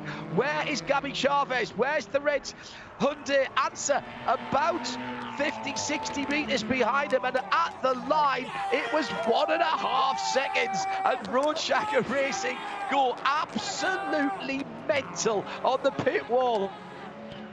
Gavin Ernstone is a man in the early stages of a really bad headache by the time he gets up tomorrow. Brilliant stuff at the head of both of the classes, and John Morley out in that car for Roadshagger Racing and made that car go 1 hour and 16 minutes on a tank of fuel. Oh, more than a golf clap from me. Brilliant, Jeremy. Absolutely brilliant all round. Magnificently judged by John Morley. He knew what pace he could run while saving fuel. He didn't worry about the fact that he was losing a second or more a lap to number 33 car. Judged that absolutely perfectly. And you said, how fast can he go on the final lap? That wasn't the question. It was how slow he could go on the final lap and still stay ahead of the Hyundai. A brilliant performance. And for John Morley, he's based now in San Francisco area, but pretty sure he's from Columbus, Ohio originally. Certainly was when he started off his career in the Barbados Pro Series. So this is kind of a home win for John Morley, and what a great performance by that Roadshagger team. Brilliant first hit by Gavin Ernstone. It's been a really good weekend for this team, and John Morley brings it home. Seems like only yesterday when Gavin was bringing that car to put his toe in the water and do a couple of races and see what they thought about it, and now multiple race winners. It's a story of what could have been for Winward Racing today. Alec Liddell will finish in 6th position after a penalty took him out of the lead. Tom Dyer gets a great result for the second of the Carbon cars in 5th. 4th for Chad McCumbee after a race-long battle in the PF Racing Ford Mustang with Jeff Westphal in the Carbon with Peregrine Racing car. That was a good recovery from the 39 team. Looks like they were going to lose a lot of championship positions or championship points there on their rivals. Great result for Riley Motorsports in the grass at one stage, but recovered to second position for that Mercedes. But no doubt about the leaders. Great win for Nate Stacey. He started it, he finished it. Kyle Marcelli did his time in the car as well, and they extend their championship lead, which was 2 points before this race, and Jeremy Shaw is doing the arithmetic even as I speak. How's it going to look then, Jeremy, in the GS class? Yeah, 209 points for Nate Stacey and Carl Marcelli to the 202, I reckon, of Tyler McCory and Jeff Westphal. And that great run into third position for Jim Cox and Dylan Murray. That will move them ahead again of Russell Ward up into third in the points, but on 171, so quite a long way behind the top two. In the Manufacturers' Championship, well, that's super tight now. Aston Martin will take the lead in the Manufacturers' Championship. The first manufacturer to win more than one race this season. They're on 214, tied on 211, just so three back are both Mercedes and Audi. So that's a tremendous battle in the Manufacturer Championship. Now, what a TCR battle. We're used to seeing this for such a long time. Again, bad luck for the hometown heroes. The Honda number 77 squad qualified on pole position. Taylor Hagler did a great job early on, held that lead, genuine pace from that car all day. But then Ryan Eversley, the engine let go on him in the biggest part of turbo, it looked like, for the man from Atlanta. So no finish for them. But John Ball and Gavin Ernstone take the win for Road Shagger Racing by a second and a half from Gabby Chavez, who chased hard at the end of the race after a wonderful stint in the red number 33 Hyundai Veloster from Brian Herder Autosport. Ryan Norman starting that car. Stephen Simpson, what a run from Stephen as well. Not necessarily on the same strategy as everybody else. Michael Johnson started the JDC Miller Motorsports red and blue number 54 Audi RS3 LMS, and Stephen finished it off. First and third, both days for Audi on the podium, with the Hyundais back on the podium today for that Gabby Chavez car. Also in fourth position, by the way, for Brian Herder Autosport for the Hyundai Velosters. How does it look as far as the championship in TCR is concerned? Ryan Norman and Gabby Chavez, with that excellent run today to second position, will maintain their championship, actually extend their championship. It's just 1 point coming into today. It'll now be 7 points over Mason Filippi and Michael Lewis, who will jump from third to second. So 202 to 195. Gavin Ernstone and John Morley with that victory today, second win of the season, of course, having won at Daytona at the beginning of the year. They're up into third place, just 6 behind Filippi and Lewis. The early retirement for Harry Gottsacker and Mark Wilkins, very costly. That'll move them now 21 points behind the championship leaders. In the Manufacturers' Championship, Hyundai led coming in here will continue. They've still got a pretty handy lead, but that obviously has been reduced today by the win for Audi. Well, another cracking event that it had it all again, side by side, a little bit of paint rubbing, plenty of strategy, fuel saving at the end. Jeremy, we even had some good old-fashioned retro turbo oil blow smoke from the 77. Not good news for them, but that took me back a few years. It's a long time since I've seen that. We've had one each day now. Great concept. Love the tyre rules with only 8 sets for the GS for the 2 races and the qualifying session. Tick, tick, tick, win, win, and win, as far as I'm concerned, for the 2 Mid-Ohio 120s this weekend.